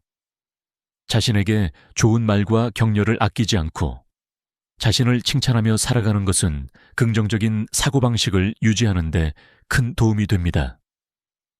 마지막으로 인생의 의미와 목적을 찾는 것도 매우 중요합니다. 노후의 삶에서 의미를 찾고 새로운 목표를 설정하는 것은 우리에게 동기부여를 줄 뿐만 아니라 삶의 만족도를 높이는 데 매우 중요한 요소입니다. 예를 들어 배우지 않았던 새로운 언어를 배우거나 여행을 가서 새로운 문화를 경험하는 것, 좋아하는 책을 읽고 글을 쓰는 것 등은 모두 새로운 목적을 찾고 의미 있는 삶을 살기 위한 좋은 방법들입니다. 이처럼 긍정적인 태도와 사고방식은 노후의 삶에 많은 변화를 가져올 수 있습니다. 삶에 대한 감사한 마음과 작은 기쁨을 찾고 사람들과의 관계를 유지하며 꾸준히 신체 활동을 하고 자기 자신을 사랑하는 태도를 가진다면 우리는 더 행복하고 건강한 노후를 보낼 수 있을 것입니다. 따라서 긍정적인 마음가짐은 노후의 삶을 더 풍요롭고 행복하게 만들어주는 핵심 요소입니다. 마음을 열고 삶의 변화를 받아들이며 하루하루에 감사하며 살다 보면 정신적으로도 건강하고 만족스러운 노후를 보낼 수 있을 것입니다. 나이가 들수록 대화에서 말이 많아지는 경향이 있습니다. 우리는 삶의 경험이 쌓여갈수록 자신이 알고 있는 것들을 다른 사람들에게 알려주고 싶어 합니다. 하지만 나이가 들수록 말보다 중요한 것은 듣는 것입니다. 우리는 종종 말을 많이 하며 자신의 경험과 생각을 표현하려 합니다. 그러나 정말 중요한 것은 남의 이야기를 경청하는 것입니다. 특히 나이가 들수록 다른 사람들의 이야기를 잘 듣는 것이 정신 건강과 사회적 관계를 유지하는 데 매우 중요합니다. 먼저, 나이가 들면 말을 많이 하게 되는 이유는 자연스럽습니다. 삶의 경험이 쌓이고 그동안 많은 것을 배웠기 때문에 다른 사람에게 자신이 겪은 일이나 배운 점을 전하고 싶어 하는 욕구가 생깁니다. 그러나 문제는 우리가 말을 너무 많이 하면 상대방의 이야기를 듣지 않게 된다는 것입니다. 말이 많아지면 대화의 주도권을 우리가 쥐게 되고 상대방은 점점 말을 꺼내지 않게 됩니다. 이는 결국 의사소통의 단절을 초래하고 관계의 불편함을 초래할 수 있습니다. 따라서 나이가 들수록 말을 줄이고 더 많이 듣는 것이 중요합니다. 다른 사람의 이야기를 경청하는 능력은 우리가 나이가 들어서도 계속해서 사람들과 건강한 관계를 유지할 수 있는 중요한 자질입니다. 상대방의 이야기를 잘 듣는 것은 그 사람이 내게 관심을 가지고 있다는 신호이며 상대방을 존중하는 행동입니다. 그리고 그런 태도는 우리가 사람들과 더 좋은 관계를 유지하고 사회적 고립을 예방하는 데 큰 도움이 됩니다. 예를 들어 친구나 가족과의 대화에서 내가 말만 계속하다 보면 상대방은 점점 내 이야기를 듣지 않게 됩니다. 하지만 내가 상대방의 이야기에 진심으로 귀 기울이고 그들의 말을 존중하면 상대방은 내게 더 많은 이야기를 나누고 싶어 할 것입니다. 이처럼 대화에서 듣는 것은 말하는 것만큼 중요합니다. 특히 노년기에 들어서면서 사람들과의 관계에서 이 점이 더욱 중요해집니다. 말을 줄이고 듣는 것이 중요한 이유는 또한 상대방의 필요와 감정을 이해하는 데 도움이 되기 때문입니다. 우리가 말을 많이 하면 상대방이 말할 기회를 빼앗게 됩니다. 상대방이 원하는 것이 무엇인지 또는 그들의 감정이 어떤지 알아차리기 위해서는 그들의 말을 귀 기울여 들어야 합니다. 그리고 그들의 이야기를 잘 듣는 태도는 우리가 사람들과의 관계에서 신뢰를 쌓는 데 큰 역할을 합니다. 또한 되풀이해서 말하는 습관을 줄이는 것도 중요합니다. 나이가 들수록 자꾸 같은 이야기를 반복하게 되는 경우가 많습니다. 과거의 기억이나 경험을 자주 이야기하게 되는데 이런 반복은 때때로 상대방에게 지루함을 줄 수 있습니다. 그래서 한번 말한 이야기는 다시 반복하지 않도록 노력하는 것이 중요합니다. 만약 같은 이야기를 반복하고 싶다면 그 이야기를 들은 사람이 그 이야기를 다시 언급했을 때 자연스럽게 대화를 이어갈 수 있습니다. 중요한 점은 대화에서 새로운 주제와 내용을 덧붙이며 상대방이 흥미를 잃지 않도록 노력하는 것입니다. 예를 들어 가족과 함께 저녁을 먹으면서 같은 이야기를 반복하는 경우가 있습니다. 그럴 때 상대방은 점점 더 관심을 잃게 됩니다. 대신 그 이야기를 듣고 나서 새로운 주제나 그 이야기를 바탕으로 한 질문을 던지는 것이 훨씬 더 건강한 대화를 만들어 갈 수 있습니다. 그 이야기를 들으니 생각난 건데 예전에 우리가 같이 갔던 여행에서 이 일이 있었던 것 같아. 또는 그때 그 사람의 반응이 정말 인상적이었지. 이런 식으로 대화를 확장하면 대화가 활기차고 상대방이 더 많은 이야기를 나누고 싶어 하게 됩니다. 푸념을 줄이는 것도 중요합니다. 나이가 들면 자연스럽게 건강 문제나 경제적 어려움에 대해 많이 푸념하게 됩니다. 하지만 이런 푸념이 지나치면 주변 사람들에게 부담을 주고 그들과의 관계를 어렵게 만들 수 있습니다. 대신 불편한 점이 있을 때는 차분하게 이야기하고 그 상황에서 해결할 수 있는 방법을 함께 찾아보는 태도가 훨씬 더 긍정적이고 생산적입니다. 이처럼 부정적인 감정을 지나치게 표현하기보다는 긍정적인 방법으로 상황을 해결하려는 태도가 관계를 더 원활하게 유지하는 데 중요합니다. 마지막으로 고집을 버리고 다른 사람의 의견을 존중하는 태도가 필요합니다. 나이가 들수록 자기 고집이 강해지고 자신의 가치관에 집착하는 경우가 많습니다. 그러나 다른 사람의 생각을 존중하고 받아들이는 자세가 우리를 더 유연하고 지혜롭게 만듭니다. 특히 다른 사람의 의견을 존중하는 것은 상대방과의 관계를 더욱 깊고 의미 있게 만들어줍니다. 이처럼 대화에서 말 줄이기는 노후의 정신 건강과 인간관계의 핵심입니다. 듣는 것에 집중하고 자주 반복하지 않으며 긍정적인 대화를 이어나가는 태도가 우리의 삶을 더욱 풍요롭고 행복하게 만들어줍니다. 대화를 통해 상대방과의 관계를 깊게 하고 자신의 마음을 열며 나아가면 더 나은 노후를 맞이할 수 있을 것입니다. 나이가 들면서 우리는 점점 더 많이 앉아있게 됩니다. 이는 대부분 신체 활동의 부족과 직결되며 건강에 여러 가지 부정적인 영향을 미칠 수 있습니다.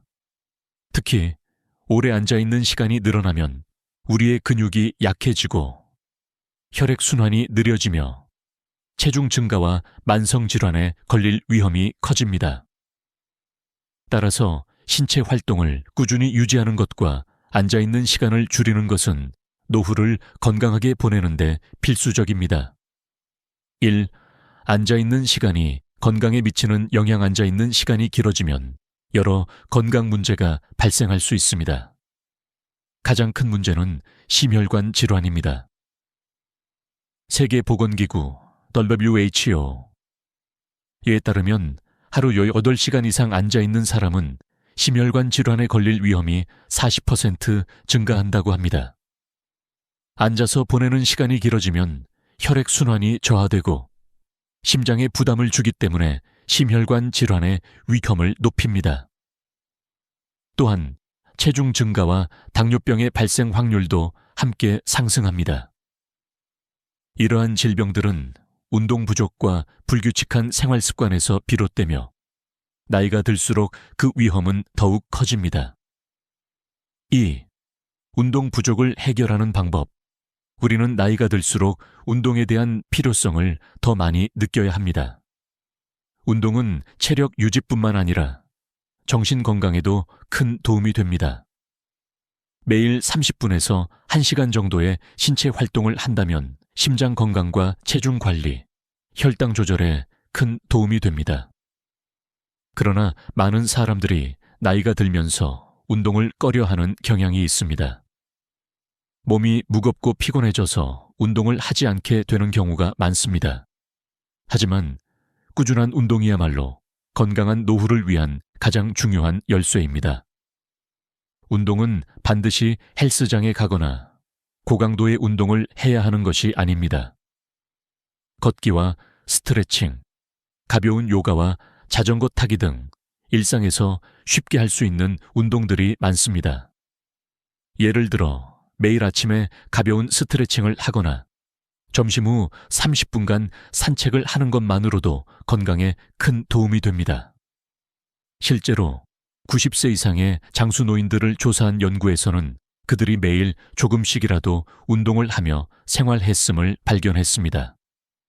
이러한 운동 습관은 활동적인 노후를 만드는 데 중요한 역할을 합니다. 또한 자신이 즐길 수 있는 운동을 찾는 것이 중요합니다. 예를 들어, 댄스나 가벼운 요가는 나이가 들어서도 꾸준히 할 수 있는 운동입니다.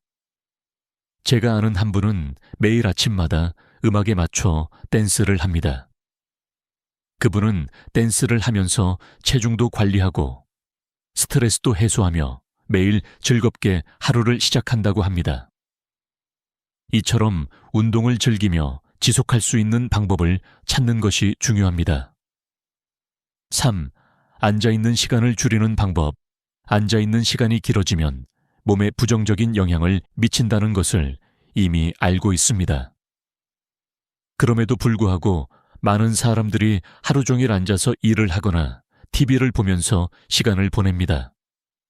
이러한 습관을 바꾸는 것이 건강한 노후를 위한 첫 걸음입니다. 앉아있는 시간을 줄이기 위해서는 하루 중 자주 일어나서 스트레칭을 하거나 걸어 다니는 습관을 들이는 것이 중요합니다. 예를 들어 1시간에 한 번씩 일어나서 5분 정도 걸어 다니거나 스트레칭을 해보세요. 또한 짧은 거리라도 걸어 다니는 습관을 기르는 것도 매우 효과적입니다. 자동차를 타고 다니기보다 가까운 거리에서는 걸어 다니거나 계단을 이용하는 것이 건강에 큰 도움이 됩니다. 하루 중 앉아서 보내는 시간이 많다면 오후나 저녁에는 가볍게 산책을 하거나 집에서 간단한 운동을 하는 것을 시도해 보세요. 작은 변화가 건강을 지키는 큰 차이를 만들 수 있습니다. 4. 앉아있는 시간을 줄이기 위한 구체적인 방법. 우리는 하루 중 많은 시간을 앉아서 보내지만 앉아있는 시간을 줄이기 위한 실천 가능한 방법들이 있습니다. 예를 들어 집에서 일하는 경우에는 서서 일할 수 있는 책상을 사용하는 것도 좋은 방법입니다. 서서 일하는 것이 장시간 앉아서 일하는 것보다 건강에 훨씬 더 좋습니다. 또한 운동을 하지 않더라도 하루에 몇 번씩 일어나서 가벼운 스트레칭을 한다면 혈액순환을 촉진하고 피로를 해소하는 데 도움이 됩니다. 근로 환경에서도 앉아서 일하는 시간을 줄이는 방법을 고려해 보세요. 예를 들어 전화나 화상회의 중에 일어날 수 있으면 일어나서 하는 것이 좋습니다. 정리정돈을 할 때 잠시 일어나서 청소를 하거나 정리하는 것도 좋은 방법입니다. 이렇게 앉아있는 시간을 분산시키면 하루 종일 활동량을 늘릴 수 있습니다. 5. 건강한 노후를 위한 실천. 결국 건강한 노후를 위한 중요한 요소는 운동과 신체 활동입니다. 나이가 들수록 운동을 통해 몸의 기능을 유지하고 신체적으로 활발하게 움직이는 습관을 들이는 것이 필요합니다. 앉아있는 시간을 줄이고 작은 운동을 꾸준히 실천하는 것이 바로 건강한 노후를 위한 첫 번째 단계입니다. 건강한 몸을 유지하면서 행복한 마음을 가지고 나이 들 수 있는 방법은 운동과 신체 활동을 통해 가능합니다. 지금부터라도 운동을 시작하고 앉아있는 시간을 줄이는 습관을 기르는 것이 노후를 건강하고 즐겁게 만드는 길입니다. 여러분의 건강한 노후를 위해 지금부터라도 조금씩 변화를 시작해보세요. 사람이 세상을 떠나면 가족들은 장례식장을 찾아 3일 동안 빈소를 지킵니다. 그건 너무나 당연한 일이라 생각하죠. 그런데 말입니다. 이제 그 3일장이 점점 사라지고 있습니다. 조문객이 줄고 가족끼리만 조용히 치르는 하루장, 혹은 아예 장례식장 없이 화장장으로 바로 가는 경우도 늘고 있습니다. 예전 같으면 상상도 못할 일이죠. 저는 오랜 세월 환자들의 마지막 순간을 지켜보며 죽음의 풍경이 얼마나 바뀌었는지를 똑똑히 보았습니다. 의료가 발전하면서 사람들은 집이 아닌 병원에서 세상을 떠나게 되었고, 그때부터 장례의 의미도 조금씩 달라지기 시작했습니다. 예전엔 마을 전체가 모여 슬픔을 나누었지만 이제는 병원 안에서 가족 몇 명만 함께합니다. 그리고 발인까지 단 하루장이 새로운 표준이 되어가고 있죠. 3일장은 단순히 시간을 보내는 절차가 아니었습니다. 고인을 기리고 조문객이 찾아와 인연을 정리하는 사회적 의례였습니다. 하지만 지금은 그 의미가 점점 희미해지고 있습니다. 시간이 없고 사람들이 멀리 있고 조문 문화도 사라지고 있기 때문입니다. 그렇다면 이제 우리는 왜 여전히 3일장을 고집하고 있을까요? 그리고 정말 하루 만에 끝내는 장례가 나쁜 걸까요? 오늘 저는 의사의 눈으로 본 장례의 변화를 통해 3일장이 왜 의미를 잃어가고 있는지, 그리고 앞으로 어떤 방식이 더 존엄한 마지막이 될 수 있는지를 함께 이야기해 보려 합니다. 죽음은 피할 수 없지만 그 마지막을 어떻게 보낼지는 우리가 선택할 수 있습니다. 이 이야기가 당신이 사랑하는 사람의 마지막을 준비하는데 작은 도움이 되길 바랍니다. 3일장의 역사와 의미, 우리가 알고 있는 3일장의 뿌리는 조선시대 유교 장례 문화에서 비롯되었습니다. 그 시절 사람의 죽음은 단순한 이별이 아니라 삶의 또 다른 시작으로 여겨졌습니다. 그래서 죽음에는 반드시 시간이 필요하다고 생각했습니다. 영혼이 완전히 세상을 떠나기까지 몸과 마음이 정리되는 시간이 3일이라 믿었던 겁니다. 조선시대 유교에서는 예와 인이 중요했죠. 사람이 세상을 떠나면 남은 가족은 그동안 받은 사랑과 은혜를 갚는다는 뜻으로 최대한 공손하게 정성껏 장례를 치렀습니다. 그래서 3일 동안은 고인의 혼을 모시며 슬픔을 다스리는 기간이었고, 동시에 가족과 이웃이 인간관계의 마지막 예의를 나누는 시간이었습니다. 이틀 동안은 마을 사람들이 조문을 왔습니다. 황주를 하고 이웃은 음식을 나누며 함께 고인의 삶을 이야기했죠. 이런 공동체적 장례 문화는 사람을 떠나보내며 함께 슬퍼하는 것이 그 자체로 치유라고 믿었기 때문입니다. 첫째 날, 초빈, 고인 운구, 염습, 빈소 마련. 둘째 날, 조문, 지인 방문, 제례, 마지막 작별 인사. 셋째 날, 발인, 상여 행렬, 화장 또는 매장, 제사. 이 세 날은 각각의 역할이 분명했습니다. 첫날은 몸과의 이별, 둘째 날은 사람들과의 이별, 셋째 날은 세상과의 이별이었죠. 하지만 이런 전통은 산업화와 함께 서서히 변했습니다. 1960년대까지만 해도 대부분의 장례가 집에서 이루어졌습니다. 그러다 병원 사망률이 급격히 높아지면서 집 대신 장례식장이 생겼죠. 이때부터 장례는 마을의 공동의식이 아니라 서비스화된 절차로 변하기 시작합니다. 병원과 연결된 장례식장이 늘어나면서 3일장은 하나의 표준 상품이 되었습니다.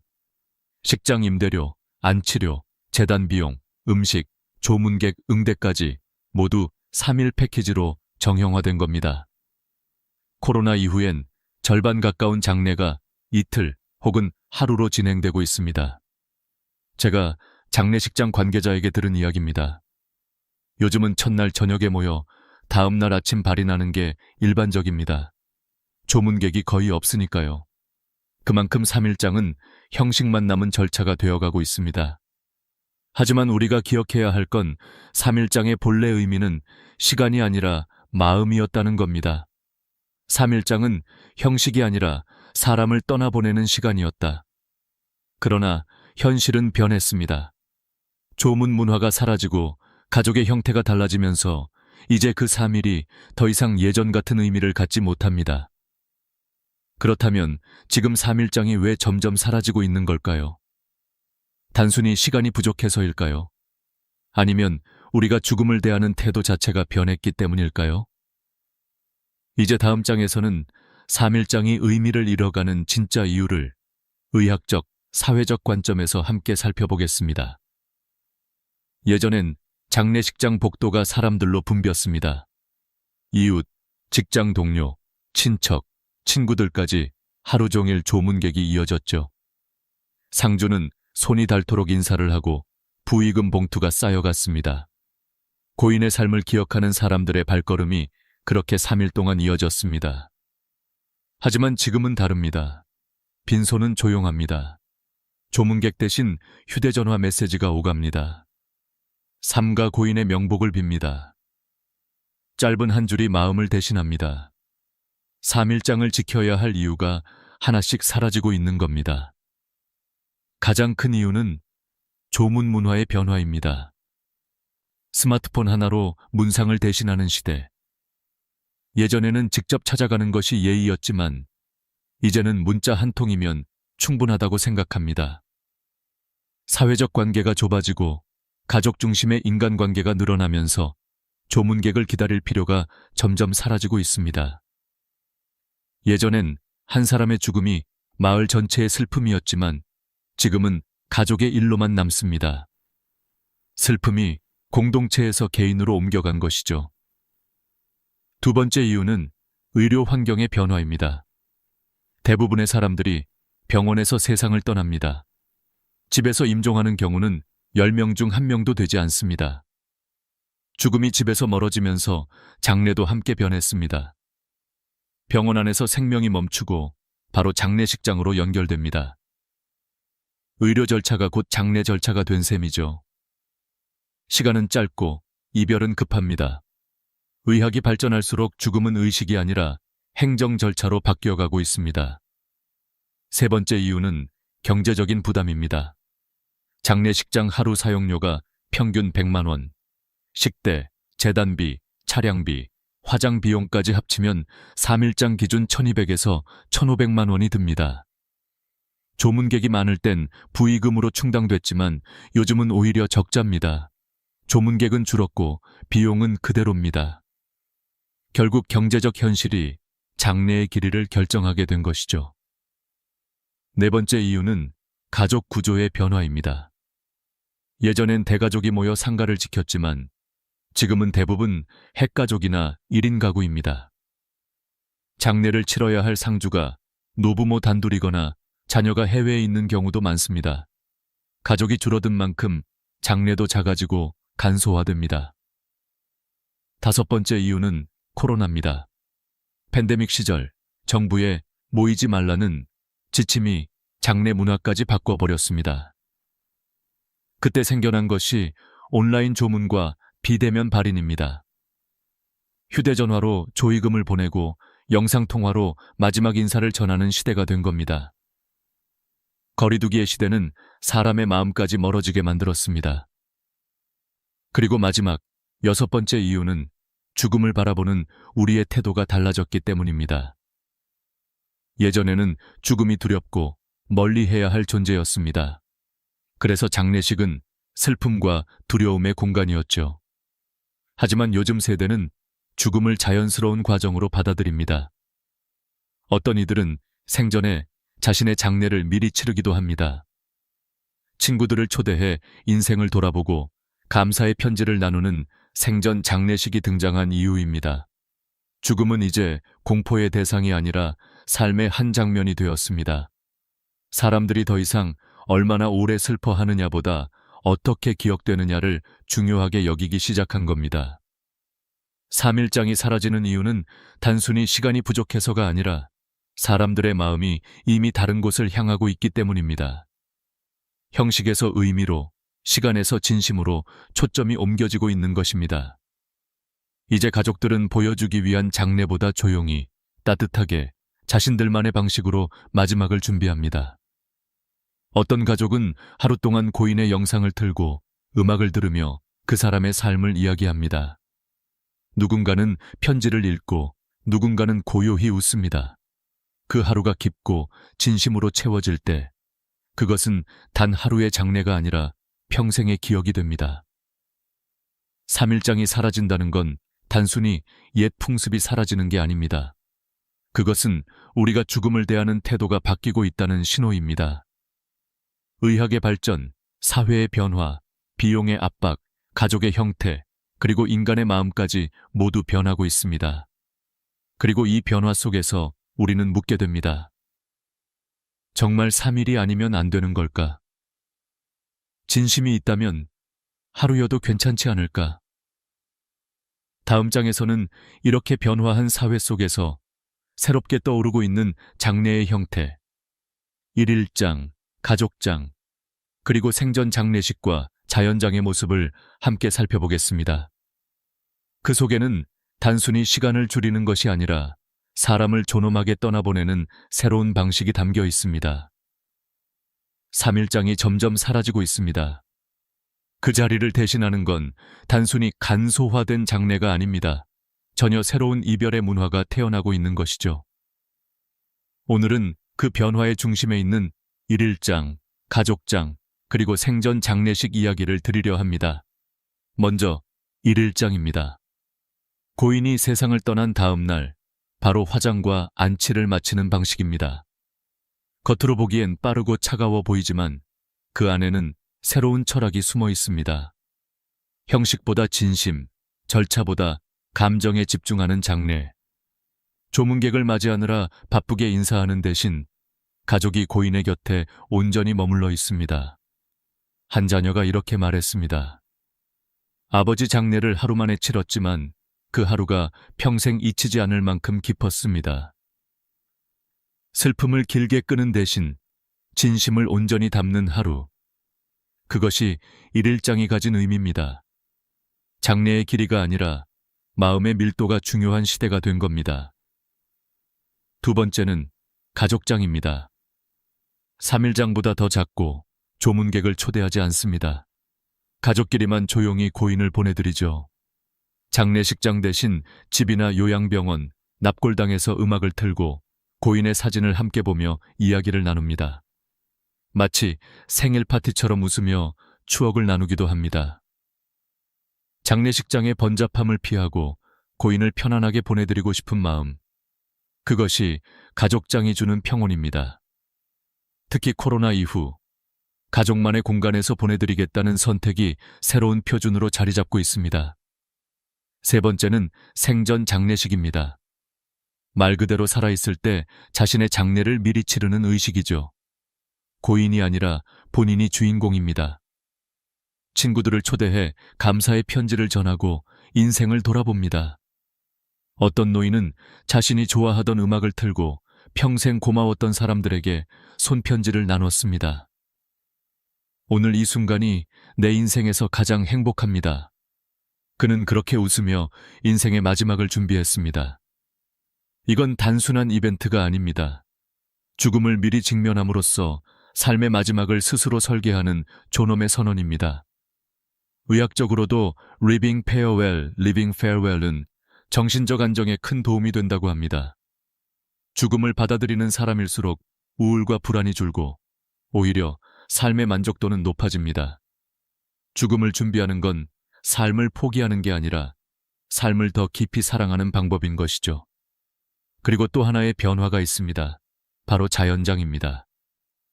돌아가신 분의 유골을 흙에 묻거나 나무 아래에 뿌리는 방식입니다. 국토부 통계에 따르면 수목장이나 자연장을 선택하는 비율은 10년 새 5배 증가했습니다. 도시에서 묘지를 관리하기 어려운 현실, 그리고 환경을 생각하는 세대의 변화가 자연장을 새로운 흐름으로 만들고 있습니다. 단순한 절차가 아니라 자연으로 돌아간다는 철학적 선택이기도 합니다. 이제 기술이 장례의 일부가 되었습니다. 디지털 추모관, 온라인 메모리얼이라는 개념이 등장했죠. 고인의 음성이나 영상, 기록을 온라인 공간에 영구 저장해 언제든 다시 볼 수 있는 서비스입니다. AI 기술로 목소리를 복원하거나 고인이 남긴 메시지를 가족들이 다시 들을 수도 있습니다. 죽음이 끝이 아니라 기억의 형태로 이어지는 시대가 된 것입니다. 결국 장례의 본질은 며칠 동안 하느냐가 아닙니다. 그 시간 동안 우리가 얼마나 진심으로 보내드렸는가, 그게 더 중요하죠. 하루라도 고인의 손을 잡고 그의 인생을 이야기하며 사랑과 감사의 말을 전했다면 그것이야말로 가장 완전한 장례입니다. 이제 장례는 더 이상 형식의 문제가 아닙니다. 어떻게 기억될 것인가, 어떻게 사랑을 남길 것인가의 문제로 바뀌고 있습니다. 3일장은 시대의 상징이었습니다. 하지만 앞으로의 시대는 존엄한 죽음이 중심이 될 겁니다. 죽음을 두려워하지 않고 마지막 순간까지 스스로 선택하며 감사와 사랑으로 삶을 마무리하는 것. 그것이 현대 장례 문화가 나아가야 할 방향입니다. 그리고 저는 오랜 세월 의사로서 수많은 환자들의 마지막을 지켜보며 느꼈습니다. 가장 평화롭게 떠나는 사람들은 늘 마음의 준비가 되어 있던 분들이었습니다. 죽음을 미리 생각하고 남은 이들을 위한 마지막 인사를 남긴 분들. 그들의 얼굴에는 두려움 대신 고요함이 있었습니다. 이 변화의 중심에는 공통된 마음이 있었습니다. 죽음이 끝이 아니라 또 다른 사랑의 시작이다. 다음 장에서는 그렇게 바뀐 시대 속에서 좋은 죽음과 존엄한 이별을 위해 우리가 지금부터 준비해야 할 것들, 그 구체적인 방법에 대해 이야기해 보겠습니다. 좋은 죽음, 존엄한 이별. 우리는 그 단어들을 자주 듣지만 정작 그 의미를 깊이 생각해 본 적은 많지 않습니다. 그러나 의사로서 수많은 마지막을 지켜보며 깨달았습니다. 좋은 죽음은 결코 우연히 오지 않는다는 걸요. 그것은 준비된 삶의 결과였습니다. 의학은 생명을 연장시킬 수 있습니다. 하지만 그 연장이 반드시 행복을 의미하지는 않습니다.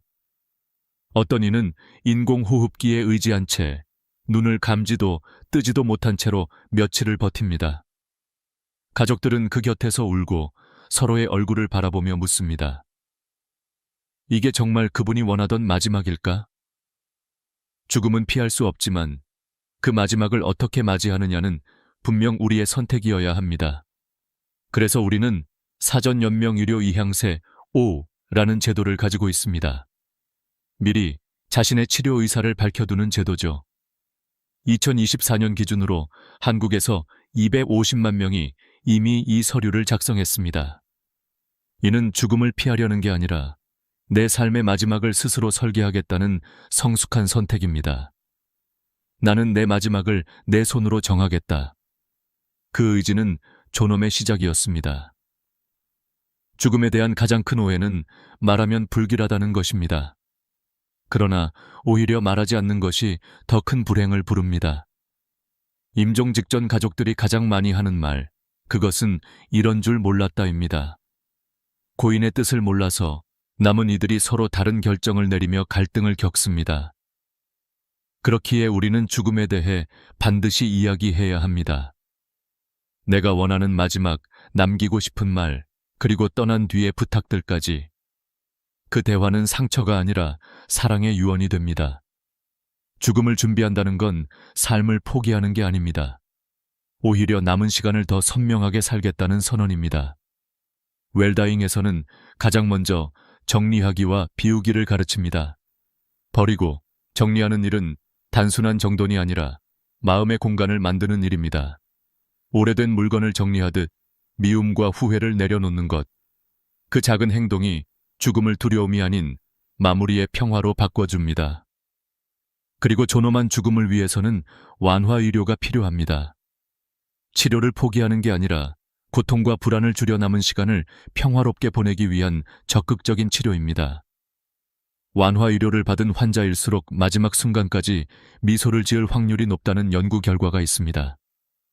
의사가 하는 일은 생명을 늘리는 것만이 아닙니다. 그 생의 끝을 존중하는 일, 그것 또한 의학의 본질입니다. 죽음을 두려워할수록 삶은 불안해집니다. 그러나 죽음을 인정하면 삶은 단단해집니다. 삶의 유한함을 알게 되면 오늘의 인연을 더 소중히 여기게 됩니다.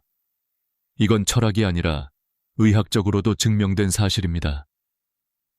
죽음을 직면한 사람의 뇌파는 불안보다 안정 반응을 보입니다. 수용이 곧 평화로 이어지는 것입니다. 종교를 떠나서 사람은 누구나 마음에 집을 지어야 합니다. 마지막 순간 그 집이 평화로워야 합니다. 임종을 앞둔 사람들은 종종 이런 말을 합니다. 내가 사랑했던 사람들의 얼굴이 떠올라요. 그것은 종교적 환상이 아니라 인간의 마음이 삶을 정리하는 자연스러운 과정입니다. 그래서 존엄한 죽음의 마지막 준비는 미움보다 사랑, 원망보다 감사로 마음을 채우는 일입니다. 죽음은 끝이지만 사랑은 남습니다. 요즘은 영상으로 마지막 인사를 남기는 분들이 많습니다. 자녀에게, 배우자에게, 세상에 남기는 짧은 편지 한 장이 남은 이들의 마음을 지탱해 줍니다. 어떤 이는 자신의 마지막 인사를 녹음해 가족에게 남겼습니다. 너희가 울 때 나는 미소 짓고 있을 거야. 그러니 너무 슬퍼하지 말아라. 그 한마디가 가족들의 삶을 지탱해 주었습니다. 죽음을 준비한다는 건 단지 나의 마무리가 아니라 남은 사람들의 시작을 도와주는 일입니다. 좋은 죽음은 운명이 아닙니다. 누구나 준비할 수 있는 선택입니다. 3일장이 사라지는 시대. 장례의 형식이 달라진다고 해서 삶의 존엄이 사라지는 건 아닙니다. 오히려 지금은 우리가 어떻게 떠날지를 스스로 결정할 수 있는 가장 인간다운 시대일지도 모릅니다. 죽음을 두려워하지 마십시오. 당신의 마지막을 사랑으로 설계하십시오. 그것이 바로 웰다잉이며, 그리고 제가 의사로서, 인간으로서 전하고 싶은 마지막 의학의 지혜입니다. 다음 장에서는 이 모든 이야기가 결국 죽음이 아닌 삶에 대한 이야기였음을 보여드리겠습니다. 우리가 두려워하는 끝이 아니라 지금 이 순간을 더 깊이 사랑하기 위한 시작으로서의 죽음을 이야기해보려 합니다. 우리는 흔히 죽음을 인생의 마지막이라 말합니다. 그러나 수많은 마지막을 지켜본 제 눈에는 그것이 오히려 또 하나의 시작처럼 보였습니다. 누군가는 사랑을 남기고, 누군가는 미움을 남기고, 누군가는 아무 말도 남기지 못한 채 떠납니다. 그리고 남은 사람들은 그 빈자리를 보며 비로소 삶을 배웁니다. 죽음은 그렇게 살아있는 사람을 가르치는 가장 조용한 선생이었습니다. 병원에서 근무할 때마다 느낍니다. 사람은 죽음 앞에서 모두 같아진다는 것을. 직함도 재산도 명예도 그 순간엔 아무 의미가 없습니다. 남는 건 단 하나, 그 사람이 어떤 마음으로 살았는가입니다. 3일장이 사라진 시대, 우리는 장례의 형식보다 마음의 내용이 더 중요한 시대로 들어섰습니다. 슬픔을 길게 이어가는 것보다 진심으로 보내드리는 것이 더 가치 있는 일이라는 것을 이제야 조금씩 깨닫고 있습니다. 어느 날 한 노부부가 병실로 찾아왔습니다. 남편은 말기암, 아내는 여전히 남편의 손을 꼭 쥐고 있었습니다. 남편은 제게 이렇게 말했습니다. 선생님, 아내에게 편지를 남기고 싶습니다. 그런데 손이 떨려서 글씨가 잘 안 써져요. 나는 종이와 펜을 대신 들어 그가 하는 말을 그대로 적었습니다. 여보, 당신이 내 곁에 있어서 나는 참 행복했습니다. 다음 생이 있다면 또 당신과 함께 밥 먹고 같이 웃고 싶습니다. 그는 그렇게 미소 지으며 눈을 감았습니다. 그리고 나는 그날 밤 다시 한번 깨달았습니다. 좋은 죽음이란 단순히 고통이 없는 죽음이 아니라 사랑이 완성되는 순간이라는 것을. 이제 사람들은 그 완성을 위해 자신의 마지막을 직접 준비합니다. 유언장을 쓰고 가족에게 하고 싶은 말을 영상으로 남기고 장례를 간소화하며 남은 사람들에게 부담을 주지 않으려 합니다. 하지만 그 속에는 또 다른 마음이 숨어 있습니다. 내가 떠난 뒤에도 당신들이 평화롭길 바란다. 그것이 진짜 웰다잉의 본질이죠. 죽음을 준비한다는 건 나를 위한 일이 아니라 사랑하는 사람을 위한 일입니다. 나는 종종 환자들에게 묻습니다. 당신은 어떤 죽음을 원하시나요? 대부분의 대답은 놀랍도록 단순합니다. 조용하게, 가족 손을 잡고, 평화롭게. 그리고 그 바람은 생각보다 쉽게 이루어질 수 있습니다. 필요한 건 거창한 의식이 아니라 진심 한 조각뿐이니까요. 요즘은 병원에서도 환자와 가족이 함께 마지막의 시간을 보내는 방이 있습니다. 인공호흡기를 떼고 조용한 음악을 틀고 서로의 손을 잡고 마음속 말을 전합니다. 사랑해요. 그동안 고마웠어요. 이제 편히 쉬세요. 그 몇 마디가 세상 모든 장례보다 깊은 의미를 가집니다. 어떤 장례식에도 없는 단 하나의 진심이 그 공간을 가득 채웁니다. 죽음은 피할 수 없지만 후회는 피할 수 있습니다. 오늘 내가 미안한 사람에게 용서를 구하고 고마운 사람에게 마음을 전하는 것, 그것이 바로 웰다잉의 시작입니다. 삶을 정리할수록 죽음은 두려움이 아니라 감사로 바뀝니다. 사람은 누구나 마지막 순간에 비슷한 말을 남깁니다.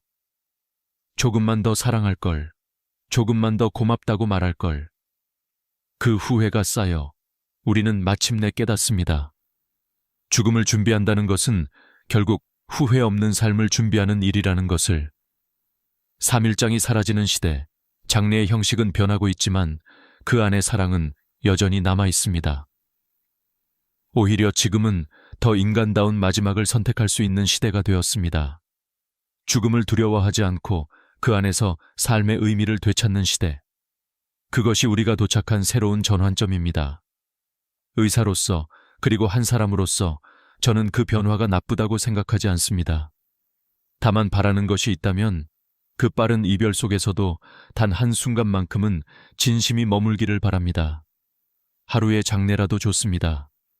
그 하루가 사랑과 감사로 채워진다면 그것은 3일장보다 깊은 의미를 가질 것입니다. 죽음은 끝이 아닙니다. 그것은 사랑의 결론이며 또 다른 시작입니다. 그 사실을 이해할 때 우리는 더 이상 이별을 두려워하지 않게 됩니다. 3일장의 길이는 줄었지만 마음의 깊이는 여전히 우리 손에 달려 있습니다. 이제 다음 장에서는 이 모든 이야기를 마무리하며 우리가 지금부터 어떻게 존엄한 죽음을 준비할 수 있는지를 구체적으로 이야기해 보겠습니다. 죽음을 말하는 것이 아니라 살아있는 지금을 더 뜨겁게 사랑하기 위한 지혜를 나누려 합니다. 죽음에 대해 말하는 건 여전히 쉽지 않습니다. 많은 이들이 고개를 저으며 말하죠. 그런 이야기는 불길하잖아요. 그러나 저는 수천 명의 마지막을 지켜보며 오히려 확신하게 되었습니다.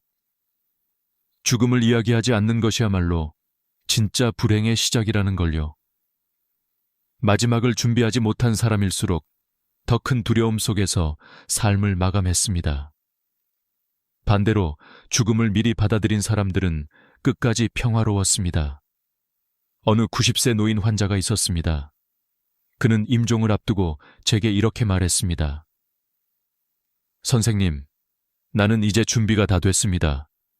내 몸이 멈추면 가족에게 인공호흡기를 달지 말아주세요. 내 인생은 이미 충분히 좋았으니까요. 그 말은 담담했지만 그 속에는 놀라운 평안이 담겨 있었습니다. 그는 마지막까지 자녀의 손을 잡고 조용히 미소 지었습니다. 슬픔보다 감사가 먼저였죠. 그 순간 저는 깨달았습니다. 죽음을 준비한다는 건 삶을 완성하는 일이라는 것을. 의학적으로 보면 인간의 몸은 죽음을 앞두고 서서히 내려놓기 시작합니다. 맥박이 느려지고 천이 떨어지고 감각이 희미해집니다. 그러나 마음은 끝까지 사랑을 기억합니다. 그 증거는 수많은 임종의 순간에서 확인됩니다. 마지막 숨을 내쉬기 직전 사람들은 가장 사랑했던 얼굴을 떠올립니다. 그것은 단순한 환상이 아니라 인간의 뇌가 마지막으로 선택하는 기억의 집입니다. 결국 죽음의 순간 우리가 붙드는 것은 재산도 지식도 명예도 아닌 사랑입니다. 3일장이 사라진 시대, 우리는 외형의 장례를 줄였지만 그 안에 사랑까지 줄일 필요는 없습니다. 오히려 그 진심은 더 깊어져야 합니다. 하루의 장례라도 좋습니다. 그 하루 안에 감사와 이해, 화해와 사랑이 있다면 그것은 완전한 장례입니다. 장례의 길이는 줄었지만 그 마음의 깊이는 무한합니다. 죽음을 두려워하지 말고 그 안에서 삶을 더 단단히 바라보세요. 웰다잉의 본질은 어떻게 죽을 것인가가 아니라 어떻게 살고 싶은가에 있습니다. 매일의 선택, 매일의 관계, 매일의 감정이 결국 당신의 마지막을 만들어갑니다. 그러니 오늘이 바로 웰다잉의 시작입니다. 미안하다고, 고맙다고, 사랑한다고 말하는 그 한마디가 당신의 마지막을 바꿉니다. 저는 가끔 생각합니다.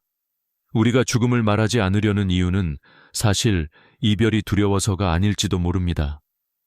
어쩌면 진짜 두려운 건 아직 충분히 사랑하지 못했다는 사실일지도요. 그래서 웰다잉은 곧 잘 사랑하기입니다.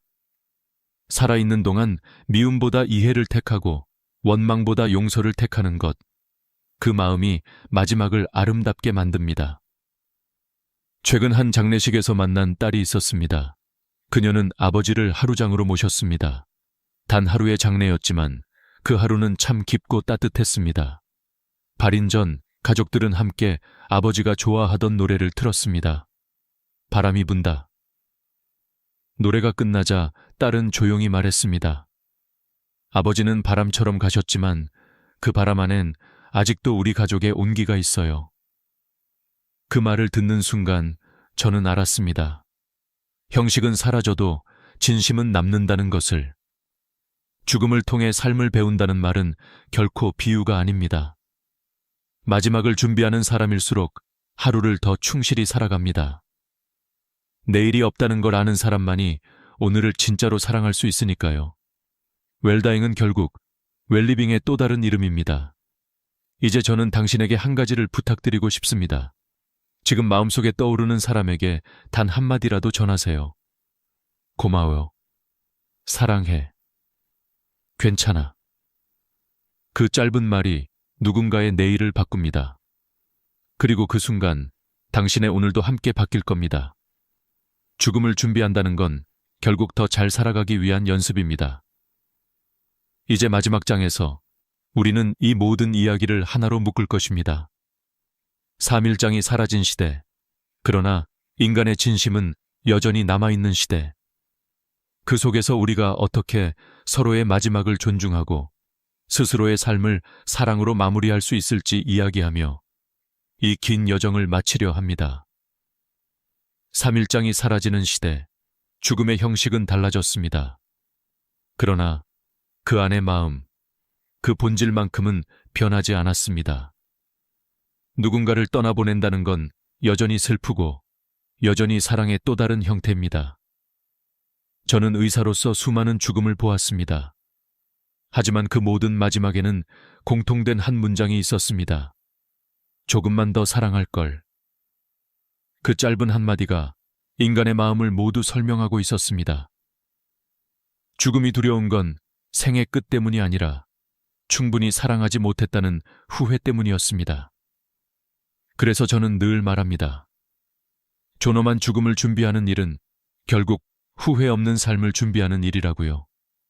오늘 미안한 사람에게 용서를 구하고 고마운 사람에게 감사의 말을 전하세요. 죽음을 이야기하는 순간 삶은 더 선명해집니다.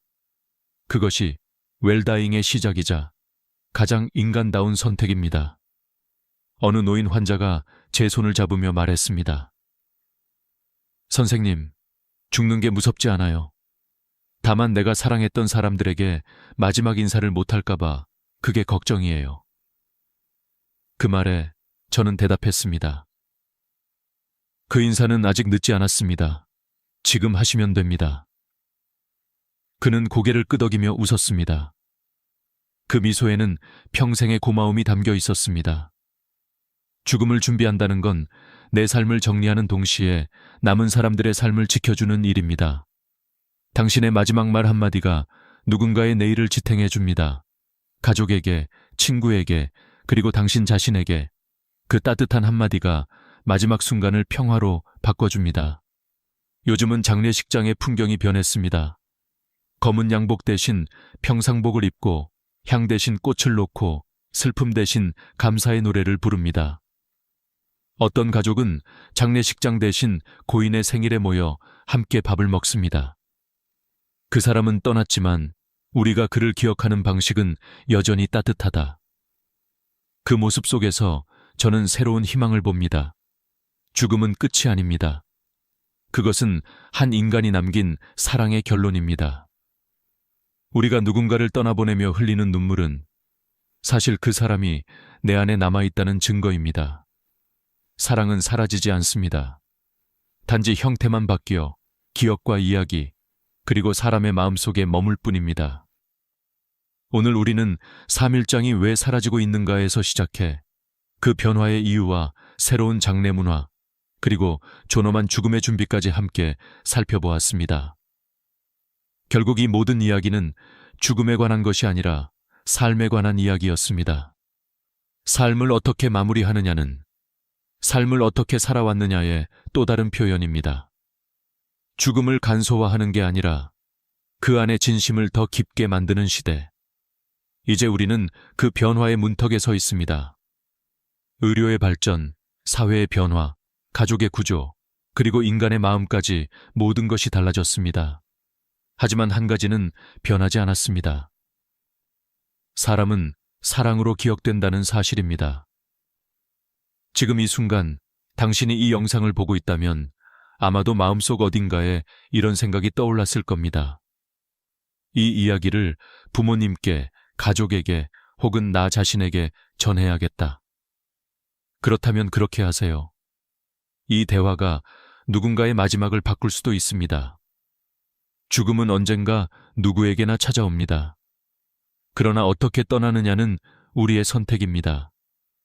그리고 그 선택이 남은 이들의 삶을 따뜻하게 만듭니다. 죽음을 두려워하지 마세요. 그것은 어쩌면 또 다른 사랑의 이름일지도 모릅니다. 오늘 이 이야기가 당신의 마음속에 작은 등불 하나를 켜주길 바랍니다. 그 등불이 꺼지지 않게 지금 이 순간을 더 따뜻하게, 서로에게 더 다정하게 살아가시길 바랍니다. 끝까지 함께 해주셔서 진심으로 감사합니다. 당신의 인생이 길든 짧든 그 안에 사랑이 있다면 그것은 이미 완전한 삶입니다. 그리고 그 사랑이 누군가의 기억 속에 남는 한 우리는 결코 완전히 사라지지 않습니다. 오늘의 이야기가 마음에 닿았다면 좋아요와 구독으로 이 채널을 함께 지켜주세요. 다음 이야기에서도 당신의 마음을 밝혀줄 또 하나의 빛을 전하겠습니다. 감사합니다.